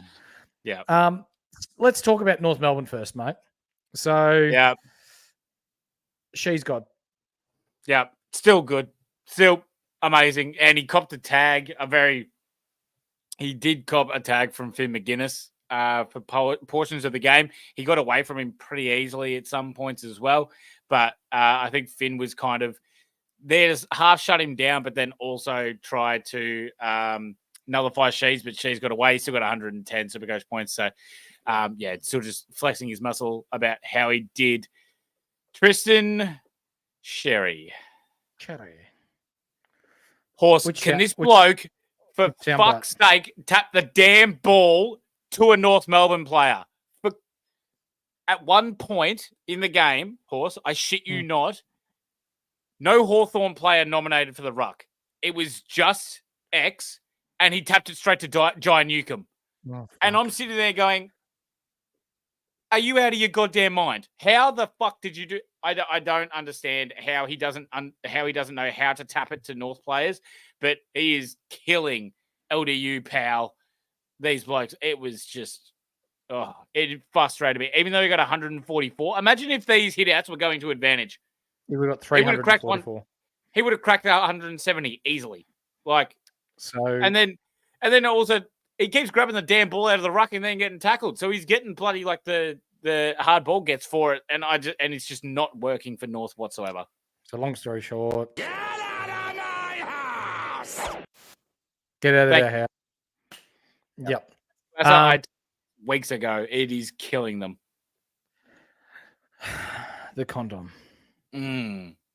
So first quarter, he took 4 intercept marks and looked really good. Yep. And Clarko goes, you know what? We're going to do a bevo here, and we're going to move the condom forward. Yep. Why? No, it was fair because North would only kick it on top of Larky and Sellers' heads, and they were doing absolutely nothing with it. And then Hawthorn would just rebound out of defensive 50 with absolute ease. So he was trying to get another big set and big hands up there down forward to give some kind of help to Larky. But then it absolutely opened up our back line and killed us. Yeah, right. I don't think you'll do that again. So if you had the condom, you're holding? I would still hold him, yeah. Okay. It's still a very short break even as well. The Catalina wine mixer. Pow, pow. Pow, pow! Telling you, X kills him. Hurts him so badly. It's ridiculous. But I'm still holding him. Yeah, he'll be better than that. There was just a little bit extra for that. Thanks for joining us, Zach Stewart. We touched on it earlier, mate. There is no hamstring injury for Young. It was just management. He only played 50% game time with the game out of reach. They decided not to bring him back on. Now, mate, are you comfortable holding the Catalina wine mixer? Yeah, I'm still holding Pow Pow. Yeah, cool. But I'm worried as well at the same time. Okay, LDU. Yeah, better. At least he cracked 100 this week. He's bottom price, but again, Zeri kills him. Absolutely kills him. And it's just not getting any better. So LDU's gone 121, 105 to start the year. And then the last 3 weeks before today, 67, 88, 87, 101 today at 500 and what is he? 513K? 516K. Yeah. Is he worth a look to upgrade a rookie into him? I would 100% take Tagoe over LDU at this point. Not as a player, but for Supercoach, I 100% would rather that gamble on Tagoe than I would over LDU. There we go, mate. We did mention last week not to go early on Biggie because for those of you who don't know who Biggie Smalls is, it's Biggie Nuon. Even though he scored 91, he still struggled with ball in hand and turned the ball over a little bit. 46 today, Skiddy. He was absolutely fucking horrible today. Absolutely horrible. If he doesn't get dropped, I'll leave. Like, this is ridiculous. He has to get... There was so many times where all he had to do was just watch where Chol was going or anyone for Hawthorn was going, and then he always found himself in the wrong position, 5 meters behind. They'd turn around, get an easy mark, and keep going. And I'm just sitting there going, how are you that dumb? Like, you're playing a backline role. Just get in there and just put a body on someone. It was a disgrace of a game by Biggie. Drury, we warned you. He was shithouse too. Get out of the goddamn space where forwards need to lead to. You are not a kicking to option. Shithouse. Get out of the way. He's the size of a piss ant. Oh, my God. He kept standing in Larky's bloody running space, and then they wondered why they had to kick it onto his damn head every single time. Fisher, 71. He had a bit of run off half back, but goddamn, he got killed as soon as we lost ball. And Colby McKercher, he had 17 touches for 34, and they just did not. Like, he had a great run through the middle at some points, but no one blocks for anyone. Like, they don't shepherd him. Well, not selfish. It's just unawareness. Like, they're just not, like, they're obviously looking for a handball or something like that, but they need to be able to protect their players, especially Colby. Like, my God, he was trying to take the game on, and then people were just just watching him try to do it, and then asking for an easy handball in a shit position, like a worse position that he was in. It did me in, so I felt bad for him, but oh well. Just take a breath. That's hot. Yeah, I'm good That's now. hot. Thanks. Yeah, I need to see you get the oxygen back in your face, mate, because you're starting to go red. I don't think I watched one good part of that game where I was like, geez, that was good. Besides Colby running down the middle of the ground, and then I think maybe 2 center clearances. The rest of it, I was sitting there going, God, that's shit. God, that's shit. God, that's shit. This is fucking Oz kick level crap that they're fucking up. It's unbelievable. I'm going to make you feel better now. From a Supercoach perspective, mate. Yep. Lloyd Meek. Yeah, mate. No, he was all right. Yeah, I thought he played pretty well in the ruck when he actually did win the ruck contest. It was projected down well. He was working well around the ground. His ball work on the ground is also very, very nice. So great goal too. Can't believe no one thought to fucking run to the square. Biggie, you fucking idiot. But yeah, great goal by Meek. Good 70-meter bomb. We've just found another segment thanks to Skits Fix. It'll be called Skiddy Goes Skits.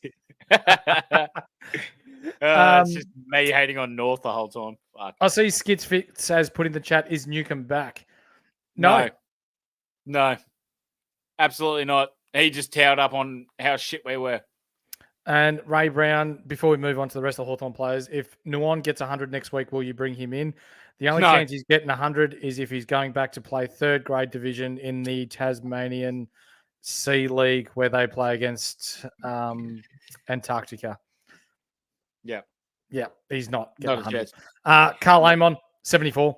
Yeah. Correct. Possibly my multi. Piece of shit. If you're listening, Amon, we do love you. Yeah, we do. James Sicily. Yeah. He was much better. Yeah, he was much better. But in fairness, like he was playing on Tyler Sellers, and then just coming across. Yeah, okay. Frost did majority of the time on Larky, and they were pretty much playing a spare man in defense for majority of the second half. And it was either Frost or Sicily, but it was majority of the time Sicily. So he was able to get away and get a fair good if piece I of the told ball. you that Sicily is at 538k now, he's dropped 100k this year. He's got a 5-round average of 100. Mm-hmm. He's got a break even of 115 coming up, so he could lose another 10k. Mm-hmm. If you see Sicily at 530k, would you consider? It's definitely worth a look for how good he has been and how good he is. It's definitely something to have a look at. I do want to bring up one person in the chat. So one of our good followers of the Freds, Jed Manton, he runs his own Jed's podcast. So Jed is part of, or was part of the Special Olympics squad. He's won a few gold medals at the Special Olympics internationally. Really good athlete, does a little bit of coaching here in Bendigo as well. So on Tuesday night, I will be joining Jed on Jed's podcast. So we'll make sure we get that out to everyone for people to have a listen to. So he does pipe out some really good content. Massimo D'Ambrosio was subbed off in the third quarter on fucking 60 fucking. Fucking pizza, pasta, and wine, you bastard. He's going to get the slipper for that, for getting subbed for that. I don't know why he got subbed. Why was that attack sub? I thought he was playing great. He was doing okay, wasn't he? Yeah, I don't understand. I thought he was making the right moves. He was pushing back when he needed to. I got absolutely no idea why they decided to do that, but that's all right. Nuke, 129, fantastic. It's also nice when Cherry is just tapping the ball straight to him under no bloody pressure whatsoever.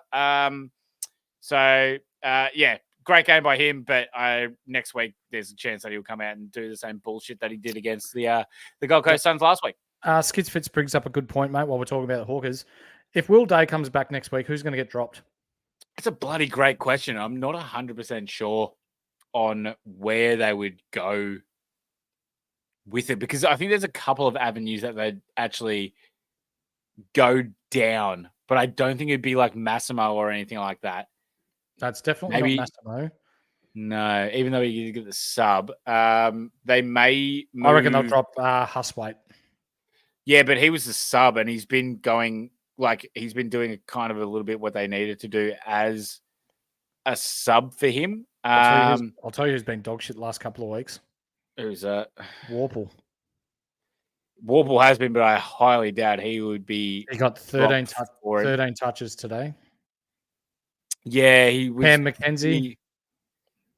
McKenzie was bloody good, in fairness. At some points, he could have had a really good game if he didn't miss so many. I mean, Gunston's been on the out, so maybe they look at him, but I would maybe not. It's a really tough one, especially coming off of this week where so many players did. Maybe Joyce wrong. He might get it, but there's a few ways that they could go, but it's kind of tough coming off of a game where they just absolutely dominated the whole game. And a shout out to Harry Morrison. He had 17 kicks, 9 handballs, 26 touches, 7 marks for 114 Supercoach points. And for those of you that went early on Dylan Moore, 11 kicks, 9 handballs, 20 touches, 5 marks, 2 frees, 4 goals for 116 Supercoach points. That's Cole. Good to see you in the chat, mate. Thanks for joining us. As a Hawks fan, he wants to see the whole team fuck off. And you know what? As an Essendon supporter, I could not agree more, mate. Welcome aboard. Mm-hmm. Yep, absolutely, mate. Yeah. So for those of you that watch our content, that's all the game's done. But what we're going to do now is we're going to get into our, what do we call them, mate? Hot guys? Hot guys. This is why I'm hot. Sorry, but the gunshot should get you nice and yeah. Let's talk about our squeeze of the week to start off with, mate. Bailey Dale. Yes, sir. Wasn't he? Unbelievable. Yep, he was fantastic. Big watch there. If Bevo doesn't fuck us again, but obviously we know what Bevo does to us. Treloar, Bont, McRae, English. The Bulldogs midfield without Libba really stepped it up. They all were absolutely phenomenal against a shithouse Saints squad. But one guy for the Saints that has stepped up last week and this week, and I'm keeping him in the hot guys, is Hill. I think he can stay in the hot guys horse. Yeah, he can today. He backed it up, didn't he, with his 108 this week from his 136 last week. Mm-hmm. Dawson's Creek. Jordan Dawson. Mate. Yeah, easily. He's best back. on for the Crom. Easily by far. He could almost get 3 votes in that game too. I thought he was. Yeah, I reckon he does. And Minge's Hinge or Hinge's Minge.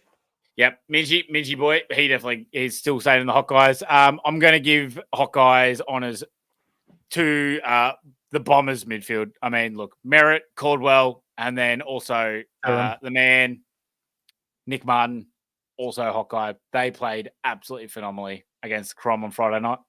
Yep. You just saved me from saying it because I am still as stiff as a tent peg watching that new midfield run around. It's, mate, as an Essendon supporter, we don't get much to be happy about or, look forward to. But when you see such a young midfield that they're not small, they don't get pushed off the ball, they like to take risks. And, yeah, we kicked 10 goals, 18 and nearly kicked ourselves out of it. But I'd take that every day of the week instead of the game that they played against Port Adelaide a couple of weeks ago, Parrish's first game in, and we just rolled. So these kids at least give us a crack that no matter what the score is, they're still going to go at the pill 110%. So that's all you want to see as a supporter. Nick Dacos started slow, 33 Supercoach points this week. He was just awesome after quarter time. Corey Blackledge, who was in the chat earlier, was one of 8 people in Supercoach who put the C on Houston, and he scored 144. To shout out to Corey. Zach Butters, 15 touches in the first quarter, finished with 31. So a bit colder in quarters 2, 3, and 4. But when you get the ball like he does, and he's as damaging as him, he's probably a perennial hot guy, isn't he?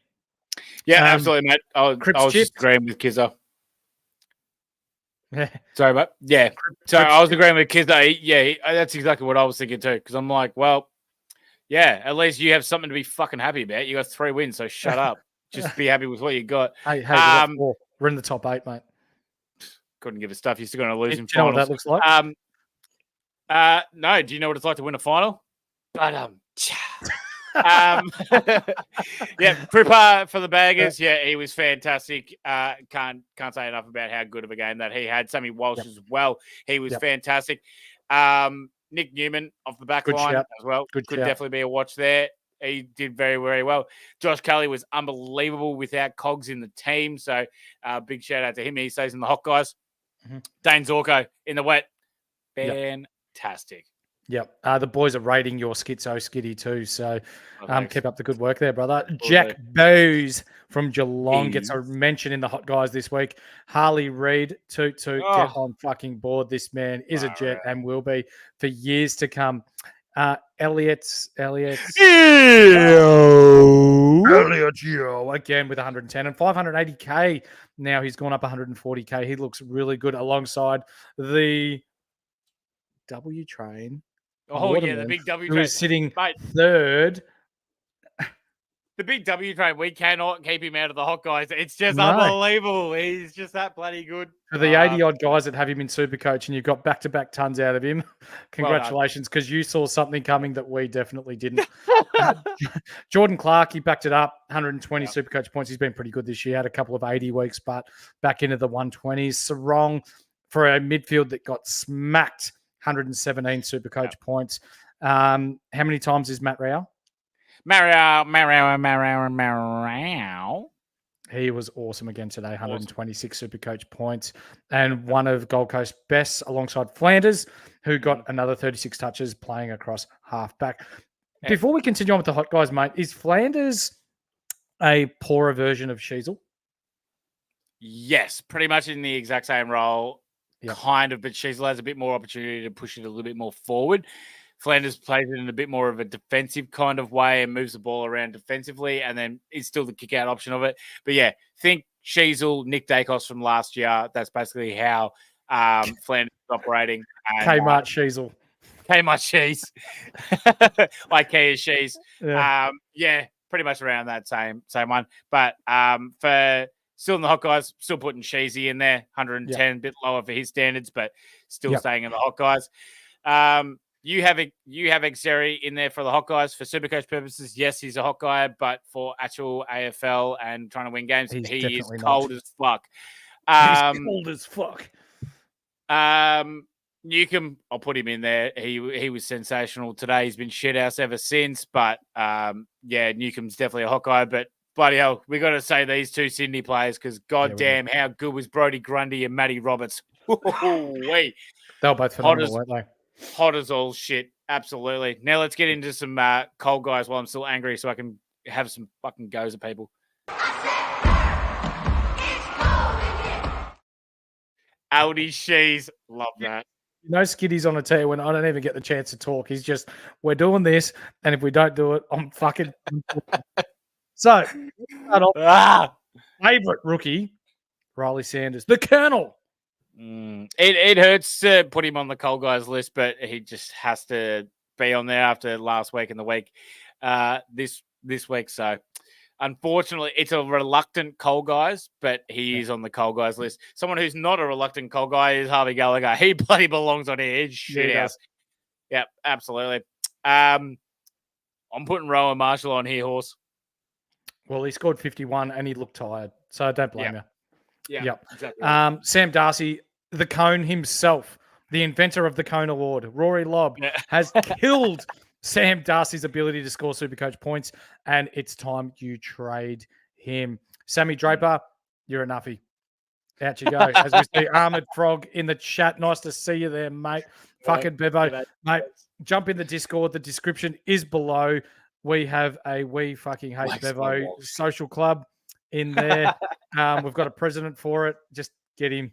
We want him out. Rory Laird, he's a cold guy. And at the start of the year, if we were to tell the community that Rory Laird would make it to the cold guys, we'd probably get called some sort of derogatory term. But he's been pretty ordinary the last couple of weeks when we're talking Supercoach, mate.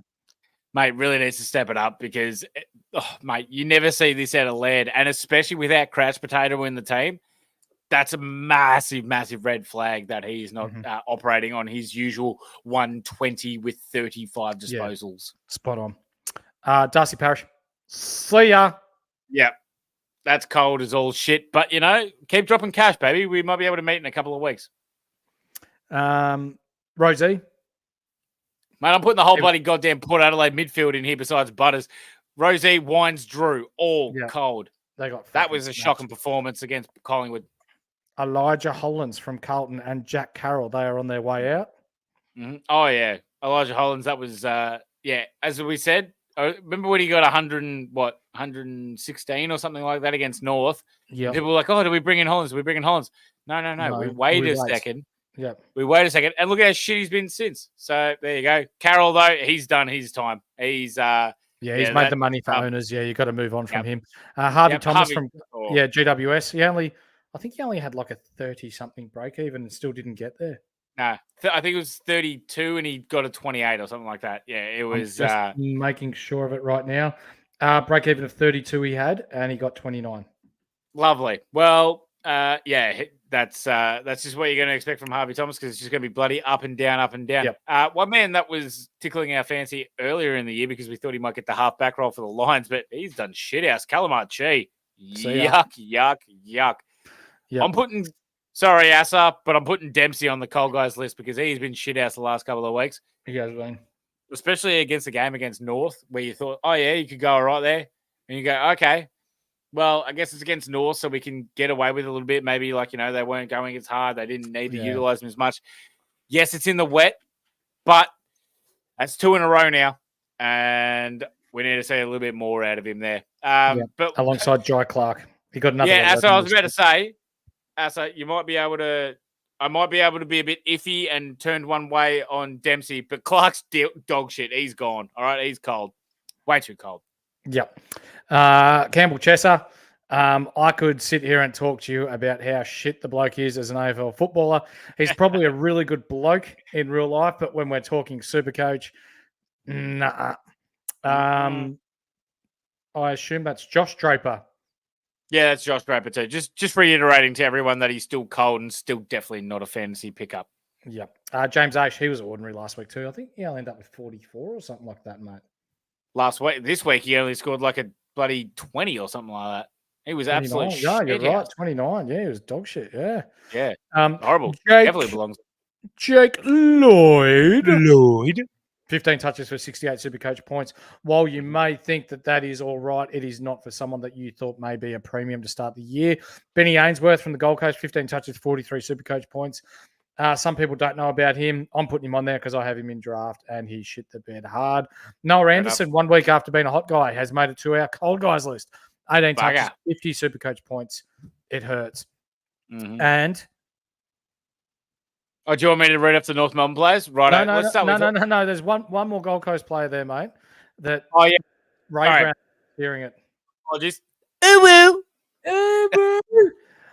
He got 6 touches for 15 Supercoach points. Get that fucking shit out of here. Hang on. Yep. I could say it, but it probably just makes it better. Get that garbage out of here! Go on. He deserves that. Let me get stuck into the Hawthorn and North Melbourne players. Hawthorn, Warble, shithouse. No you there. I'm not giving it any more cold guys to Hawthorn, but for North Melbourne, Blake Drury, shithouse. Cold guy. Biggie Newen, shithouse. Cold guy. Luke McDonald, don't care. He's not anything for Supercoach. Don't care. Still cold. He can get on there. Colin McKercher, that one hurts me a little bit, but only a 34. He had 17 touches. I'll give a cold guy on that. Zane Dersma, unfortunately, a cold guy, just not getting enough help, which is unfortunate. Yeah. Tyler Sellers, cold as all shit. Horrible. All right. That's all of the North Melbourne players that you want to mention? There's no one else? From a football point of view, I'll give it That's right. They got 144, but yeah, cold. So they're the hot guys and cold guys. Now we're going to dig into the injury report.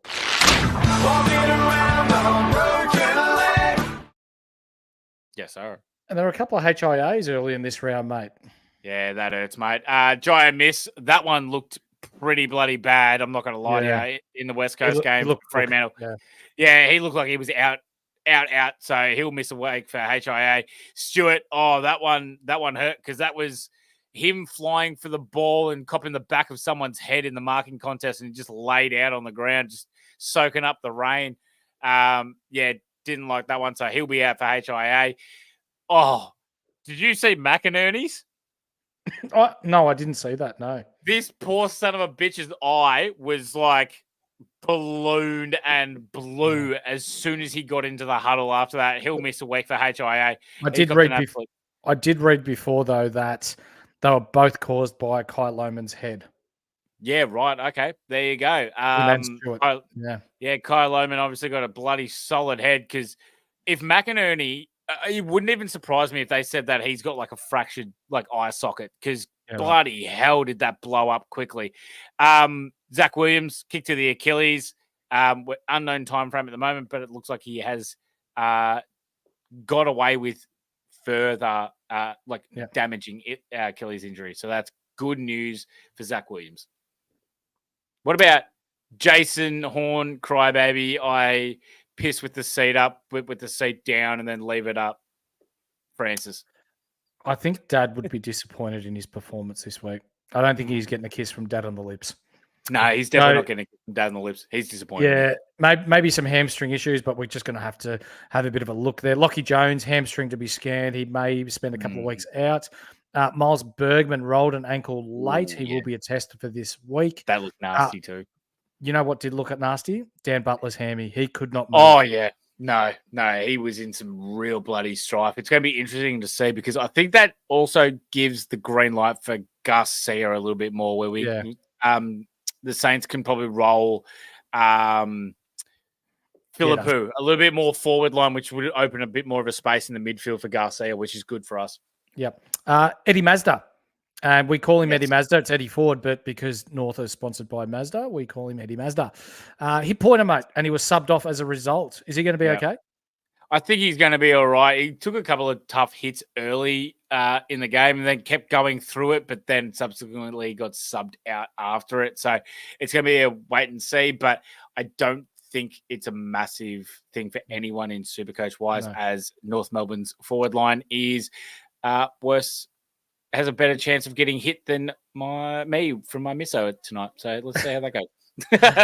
Jacob Wiedering, corky to the thigh, but he'll be fine. It's a corky. It's still coming up on the AFL injury report, but a corky is a corky. Now, for those of you that are long-time viewers and for those of you that are new, regardless of whether you're watching on YouTube, listening on all good audio platforms, we have created the single most viewed segment in the history of YouTube.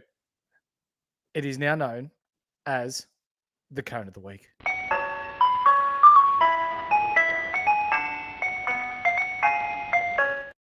It gets me every time, Horse. It is an absolute pisser, isn't it? So, the Cone of the Week this week.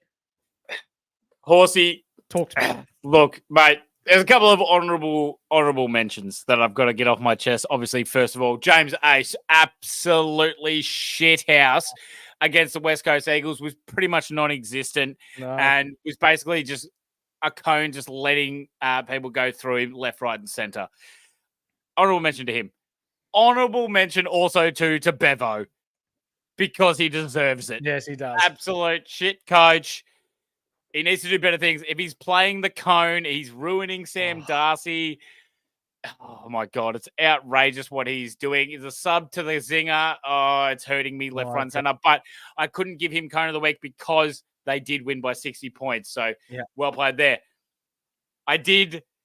This was the very close to Cone of the Week. Willie Rioli for the Port Adelaide Football Club was fucking atrocious. Yuck! He did stuff all. Even when they were up, he did nothing. He was burning teammates left, right, and center. He's just being hungry. Shithouse performance by him. He was horrible. But do you mean to say there's worse? There was worse. Oh, no. I feel sorry for whoever this is. The hat's gone backwards. Uh-oh. Hat's gone backwards means game time. Tyler Sellers for North Melbourne. There is no fucking goddamn chance in the world that he is AFL ready yet. Absolutely stuff all. 6 Supercoach points, 2 disposals, 2 free kicks against. Did nothing, not even anywhere close to the contest. Look, it hurts me and pains me to do it, but my God, he is not AFL ready. He looks great in the VFL, but that's where he belongs for right now because he is doing fuck all. Fuck all 0 in the AFL right now. So Tyler Sellers, I'm sorry, mate. I could have given it to you last week because that was a shit-ass performance, but a whole game for 2 touches? Nah. Cone of the week. That just shows I don't give a stuff. I'll give it to my own team. I'll give it to my own players. No one is safe from the cone of the week. So Tyler Sellers, congratulations, mate. You get cone of the week this week.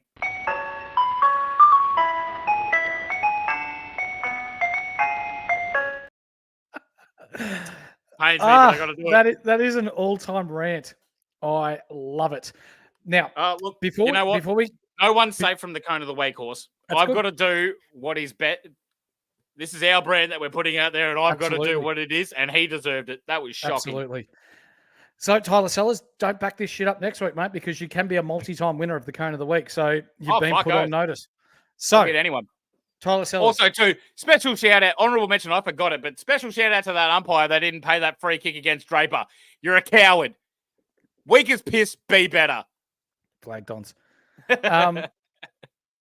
Just a quick one for our viewers at home that want to get involved in the Discord Punters Club. Here comes the money. Here we go. Money talk. Here comes the money. Sorry, Horse, just quickly. That's Cole. Thank you very much for joining us, mate. He wants an updated leaderboard for the cone of the week. We have Rory Lobb, who is the cone. Nick Hind got it. Ben Brown and Harrison Petty got it.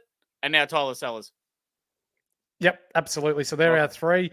We will keep a leaderboard running for this, and we will have the cone low at the end of the year, which is our version of the Brownlow. And we might have to reach out to some people and see if we can get the recipient on the show to receive their Cone of the Year award. With the Punters Club, we're doing some magical things there in the Punters Club, Skiddy, led by our Discord operations manager, Kizza. Yes, sir. He is doing the God's work and helping us make monies. What we always say is you come into the Discord for free, as it always will be free. And then if you want our expert stuff, you get Kizza's multis for free. Just saying. Put some cash onto that, and you can buy yourself an upgrade into the exclusive experts chat in the Discord. Bob's your uncle. And for those of you that are worried that, oh, shit, this means I have to put $10, $20, $30 on a game. No. So I'm a strictly $5 a game person. I do not bet anymore. You only bet with what you can afford to lose, and we always gamble responsibly. But we do love talking footy, and we do love getting money. Of course, the best part about it too is it doesn't matter what you put on. Doesn't matter how much you put on. As long as, let us know what the multi is. We're going to write it together.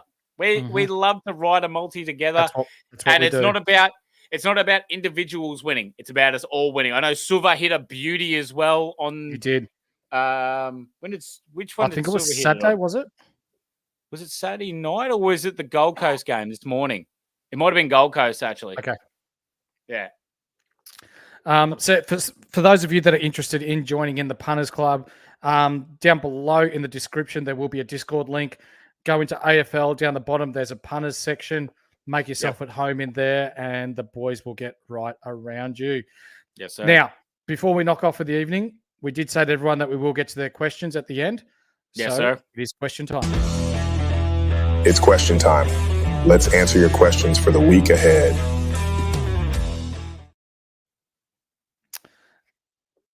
And what have we got here? PW from the UK loves the content in advance. Yeah. Just want to quickly go. Asa said there's no way you'll get someone on to receive the cone for being the shittest player of the year. Laughing my fucking ass off. Asa, we're not doing this to point out who is the worst. We are pointing out who's done the worst to put a rocket up their ass to encourage them to be better. Remember, we're not here to downgrade people. We're here to make people better. Absolutely. G Money. Honestly, Primo's underperforming. Cash cows making no money. Williams injured. Sanders sub. Paid top dollar for merit, and his VC didn't do it. So simple. Oh. Made Heaney captain super coach can suck his eggplant. That fucking hurts, mate. But this week, so the top score this week was 2,286. So anything over 2,000 is a really good score. For me, I scored, I think it was 1,880. Like my score wasn't that great this week. And I've dropped in standings, but it's just a luck show sometimes, mate. So yep. We'll be right. Absolutely. I think I just pinned you. I think I just got 1,900 this week. Beauty. Well done, mate. Chin up, Skiddy. The Swans have your back, and we'll give the Hawks a good thumping next week. Such a good bloke, Phil. Thanks, Phil. Really appreciate that, mate. That makes me feel a lot better. Another shout out to our man, Skids Fitz. He has cracked the top 100 in AFL Supercoach. He is in our Discord, and he is a regular on the show. If you want to see his moves, to see the way he goes about it, I'm sure he'll be able to help us out and give the people at home exactly what they want. Ray, are we trading Massimo D'Ambrosio? Yes. I'm saying yes. Yeah, you can definitely trade him. If you've got other places to go, you can definitely hold as well. It's one of those ones where it just depends on who else that you need to trade. But I don't hate a trade of Massimo. Asa, one of our main men in the Discord. Thoughts on Zach Williams, Massimo, and the Catalina wine mix-up for Dawson Flanders and Hugo Garcia? Wow. If you can do that, I would. Yeah, I'm pretty much on the fence about it. I know that you need, if you have to get rid of Catalina to be able to make that work, then yeah, I like it. Flanders, is he more important than Walsh, though? I mean, Flanders is probably going to be one of the top two forwards this year, and his role is just fantastic. I mean, Walsh has obviously a higher upside, but Flanders is where he is in conjunction with forwards, then yeah, you could definitely. I think they're about roughly around about the same. Yep. Kizza. Rochelle comes across as the bloke who has to make everything all about him. Spot on, mate. Bit of me. Yep. Phil, nice of you to say that Durham is playing so well he could make the Swans of VFL side. And closely followed by flop of the century. Good for you, Fallen Baz, thanks for joining us, mate. We have got to your question here, mate. Only just tuned in here. Are Walsh and Dawson big buys this week? I'm saying yes and yes. I'm also saying yes and yes. Walsh is just looking fantastic, and Dawson at that price can be great. Just be wary of the crouch potato. Phil Unfiltered, Jason Horne-Francis leaving the seat up is even worse when you consider he sits down to piss. Brilliant. Now he's back. Brilliant. Interesting news by Corey Blackledge. Toby Green got rubbed out, and it looks like Hogan got rubbed out as well. Shit. That's with the GWS injuries. That's interesting. That is interesting. That would mean that you would definitely continue holding Cadman if you had him for another week. There's and they've got the Lions this week. That's tough. Yeah, that is bloody tough. It's going to be a hard matchup because that means that if Hogan's out, Harris Andrews will then go to Cadman, make it a bit harder for him. Or that would mean that Andrews would then go to a smaller option in Riccardi. Yep. Very, very interesting. But there could be some goals to be made there. Zoravar Randwa, thank you for joining us, mate. Zorko You butchered that. Easy. You 100% butchered that. You say it. Zoravar Randwa. Wow. You absolutely butchered that. I'm taking Walsh. Walsh every day of the week. And Zoravar is back at it. Yes, Walsh or Rao, considering the price? Walsh is cheaper, so I definitely go Walsh there. Rao, I think I still lean Walsh, even with Chera coming back in. Walsh is too good. Rao, it's hard with the Suns' midfield line of how stacked they are, but I know the Carltons are as well, but I still think Walsh I would take over Rao. Yep. Ray Brown brings up a good point. Harley Reid gets scaling like the Bont. Yeah, he does. And you know what? He could absolutely be a keeper if the last couple of weeks are anything to go by. Tiny break even too. Wowee. Longmuir said that Young had a tight hammy and no point risking him when the game was done. So our man Kizza is all over it. Yep. That would mean that there's no hamstring injury to Young, and he should be right for this week. Against the doggies. Now, I want to bring this up. So Phil lowered his colours a little bit and said Matty Roberts will take some beating for the Rising Star. I've just received a message from Phil saying, full disclosure, I didn't realise Harley Reid was a rookie. So hey, I'll forgive you. Fair enough, Phil. That's absolutely planned. He has been definitely one of the best, but yeah, he's not comparing when it comes to Harley, unfortunately. Ray Brown, if they're going to drop Biggie, are they bringing Pink back in? Got no bloody idea, but it would most likely Callan Dawson when he's ready to come back, and I think he's only about a week away.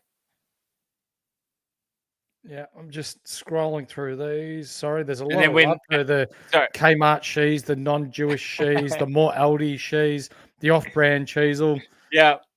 So it's also like when I think when Callan Dawson comes back, I'm pretty sure that Biggie will be gone. Pink, I highly doubt. But when Griffin Logue is back in, I think it's 6 weeks, Biggie won't see it even remotely close. Now, GWS do have Brisbane this week. You bring up a good point, but with Oscar McInerney out, Kieran Briggs, if you've got him, he could be a sneaky option this week against Darcy Fort. Bingo.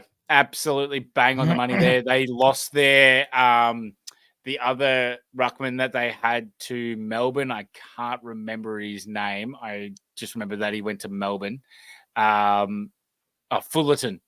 Fullerton's his name. Tom Fullerton. He was the other backup ruckman. So, yeah, Briggsy could actually definitely have a big crack this week.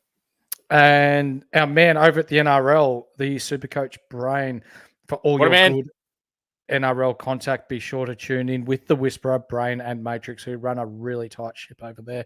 He tuned in just to see the cone of the week, and to be honest with you, I don't blame him. Neither do I. I had to get it off my chest. And you know what? The segment deserves a Logie. Fuck, is it that bad? I thought it was better than the Logie. Jesus. PW, our man from the UK, love your work, mate. Great mix of serious and banter. Great stuff. Remember the Anzacs this week. Have a good week. Absolutely, mate. Without 100%. These guys, we would not have the land and be as lucky as we are to live in the country that we do. So we do appreciate everything that they did for us. And we will be showing plenty of love this week for them, for sure. Oh, that's Cole. He brings up a good point. Unreal with all the shit primos this week. Mate, it was fucking horrible. But that's what Supercoach is, isn't it? That's just what we got to deal with from week to week basis, mate. Oh, Basilenka's in the chat. Basilenka? What a man. Oh, one of my misso's favourite players, actually. She absolutely loves him. I don't know if she likes his footballing ability or just him when he gets his kit off, but either way, thank you for joining us, mate. Really appreciate it. Trade Massimo or Sharp? Both. Yeah, if you had to pick one, though. Yep, Sharp has a break-even of 72 this week, so I feel like his price is just about maxed out. I feel like Massimo means like both their job securities are all right. Massimo still has a break-even of 45. So based on that fact alone, I would trade Sharp before Massimo D'Ambrosio. Is there any way that, like, because I'm pretty confident in Sharp retaining his spot in Freo, and I think he has that role on the wing cemented. Hawthorn do have a fair amount of outs with like Will Day and stuff like that. Is there any chance that Massimo is the one that's gone for him? I don't think so. I think there's a slight chance that it could be Massimo. We'll have to bookmark this. If you get this right, that's fucking awesome insight by you. And is Garcia from the Saints worth it? Yes, I am bringing him in this week. Yep, absolutely. He's worth it, mate. If he holds his spot, bang on the money. Without Dan Butler, I think there is a better chance that he retains that spot too. And a good one for the multis this week. Callum Brown without Hogan and Green could look more dangerous than the Cass man. I like that. Yeah, Callum Brown or Riccardi, depending on how that all is going to line up. But yes, I agree with that. And what a name, Munda Difflin. Thanks for joining us, mate. That's fantastic. The old Chunder from Munda. How long is Williams out for? It seems like they were a bit precautionary with the kick that he got to the Achilles. So he could genuinely play this week. So, Yeah. it obviously hurts him being subbed out, but I think the long-term game of without Sard is him worth a hold if he plays this week. And our final question, Sam Mitchell will become Bevo version 2 if he ends up dropping Massimo D'Ambrosio, which isn't really a question, but pointing out pure hard facts. And Cole is a Hawks man. I'm just saying, mate, like there's a lot of players where it's like, ums and ahhing and everything like that. But if you read into it, why was he subbed? Is there a reason why he was subbed? I don't think he should be the one to be dropped, but I'm just saying that I feel like there's more of a chance of him getting getting dropped than Jeremy Sharp does of Freo dropping him. Absolutely, mate. You are spot on the money. Kizza, thoughts on LDU to Reed or Brad Hill? Bobby Hill? Brad Hill. Surely it's Brad Hill. There's no fucking way we're going Bobby Hill. But look, as much as it kills me to say it, I'd probably go Harley in a Downgrade way into Harley for his forward line and the amount that you're able to save off of that. I don't really like dropping off a primo like that, but I think unless we can make a trade to get another ruckman in, I think we're pretty well cooked because Goad's not ready yet. Free's not good enough. Unless Zeri does a Lafau kind of upgrade in himself, I can't say this being good enough for LDU to be able to get these massive scores that he had last year. Ladies and gentlemen, thank you for the questions tonight. Before we go, we are just going to give a shout out to all of our good fans who hopefully will jump on and be a part of this opportunity to win some inside apparel. So we've got the jumpers, the shirts, the hats, and the beanies rocking at the moment. All you need to do is jump on Apple Podcasts and give us a 5-star review. If you want to get multiple entries, jump on all 5 shows and give us a 5-star review. AFL, NRL, NBA, NBL, and BBL. We will be drawing out a winner each and every Sunday for the next month. So we've got 4 opportunities to win merch. If you do end up giving us the 5-star review on Spotify, get in touch with us in our Discord and we will add you to the draw. Skiddy. And also, too, Horse, just quickly though, let's be honest here. Even if you don't win the apparel, I think we've earned it. Who else is bringing you this kind of great content, right? Oh, just give us a damn 5-star review. We're pretty bloody good.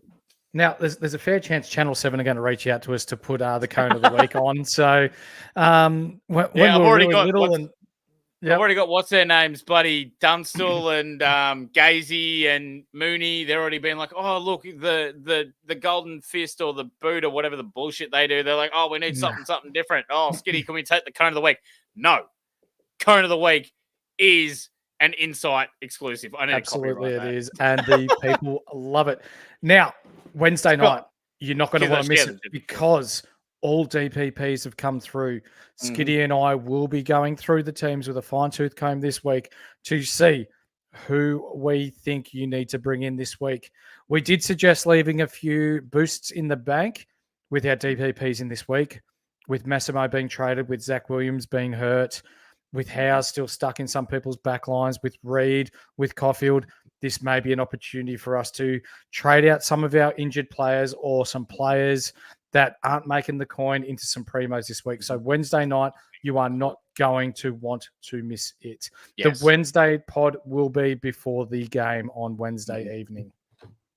So let's just double check that, Horse, just so we know what we're talking about. 7:25, we have Wednesday Richmond versus Melbourne. So what do you reckon? We might have to do like maybe 6:30 or something like that. Yeah, I reckon we'll jump on at 6:30 and give the viewers what they want before the first bounce. Yeah. Keeping in mind that we don't want the YouTube going on at the dinner table when people are trying to eat with families and kids and all that sort of jazz. So we'll give everyone a chance to eat and settle into some YouTube or some Spotify or Apple Podcasts with us before we kick off round 7.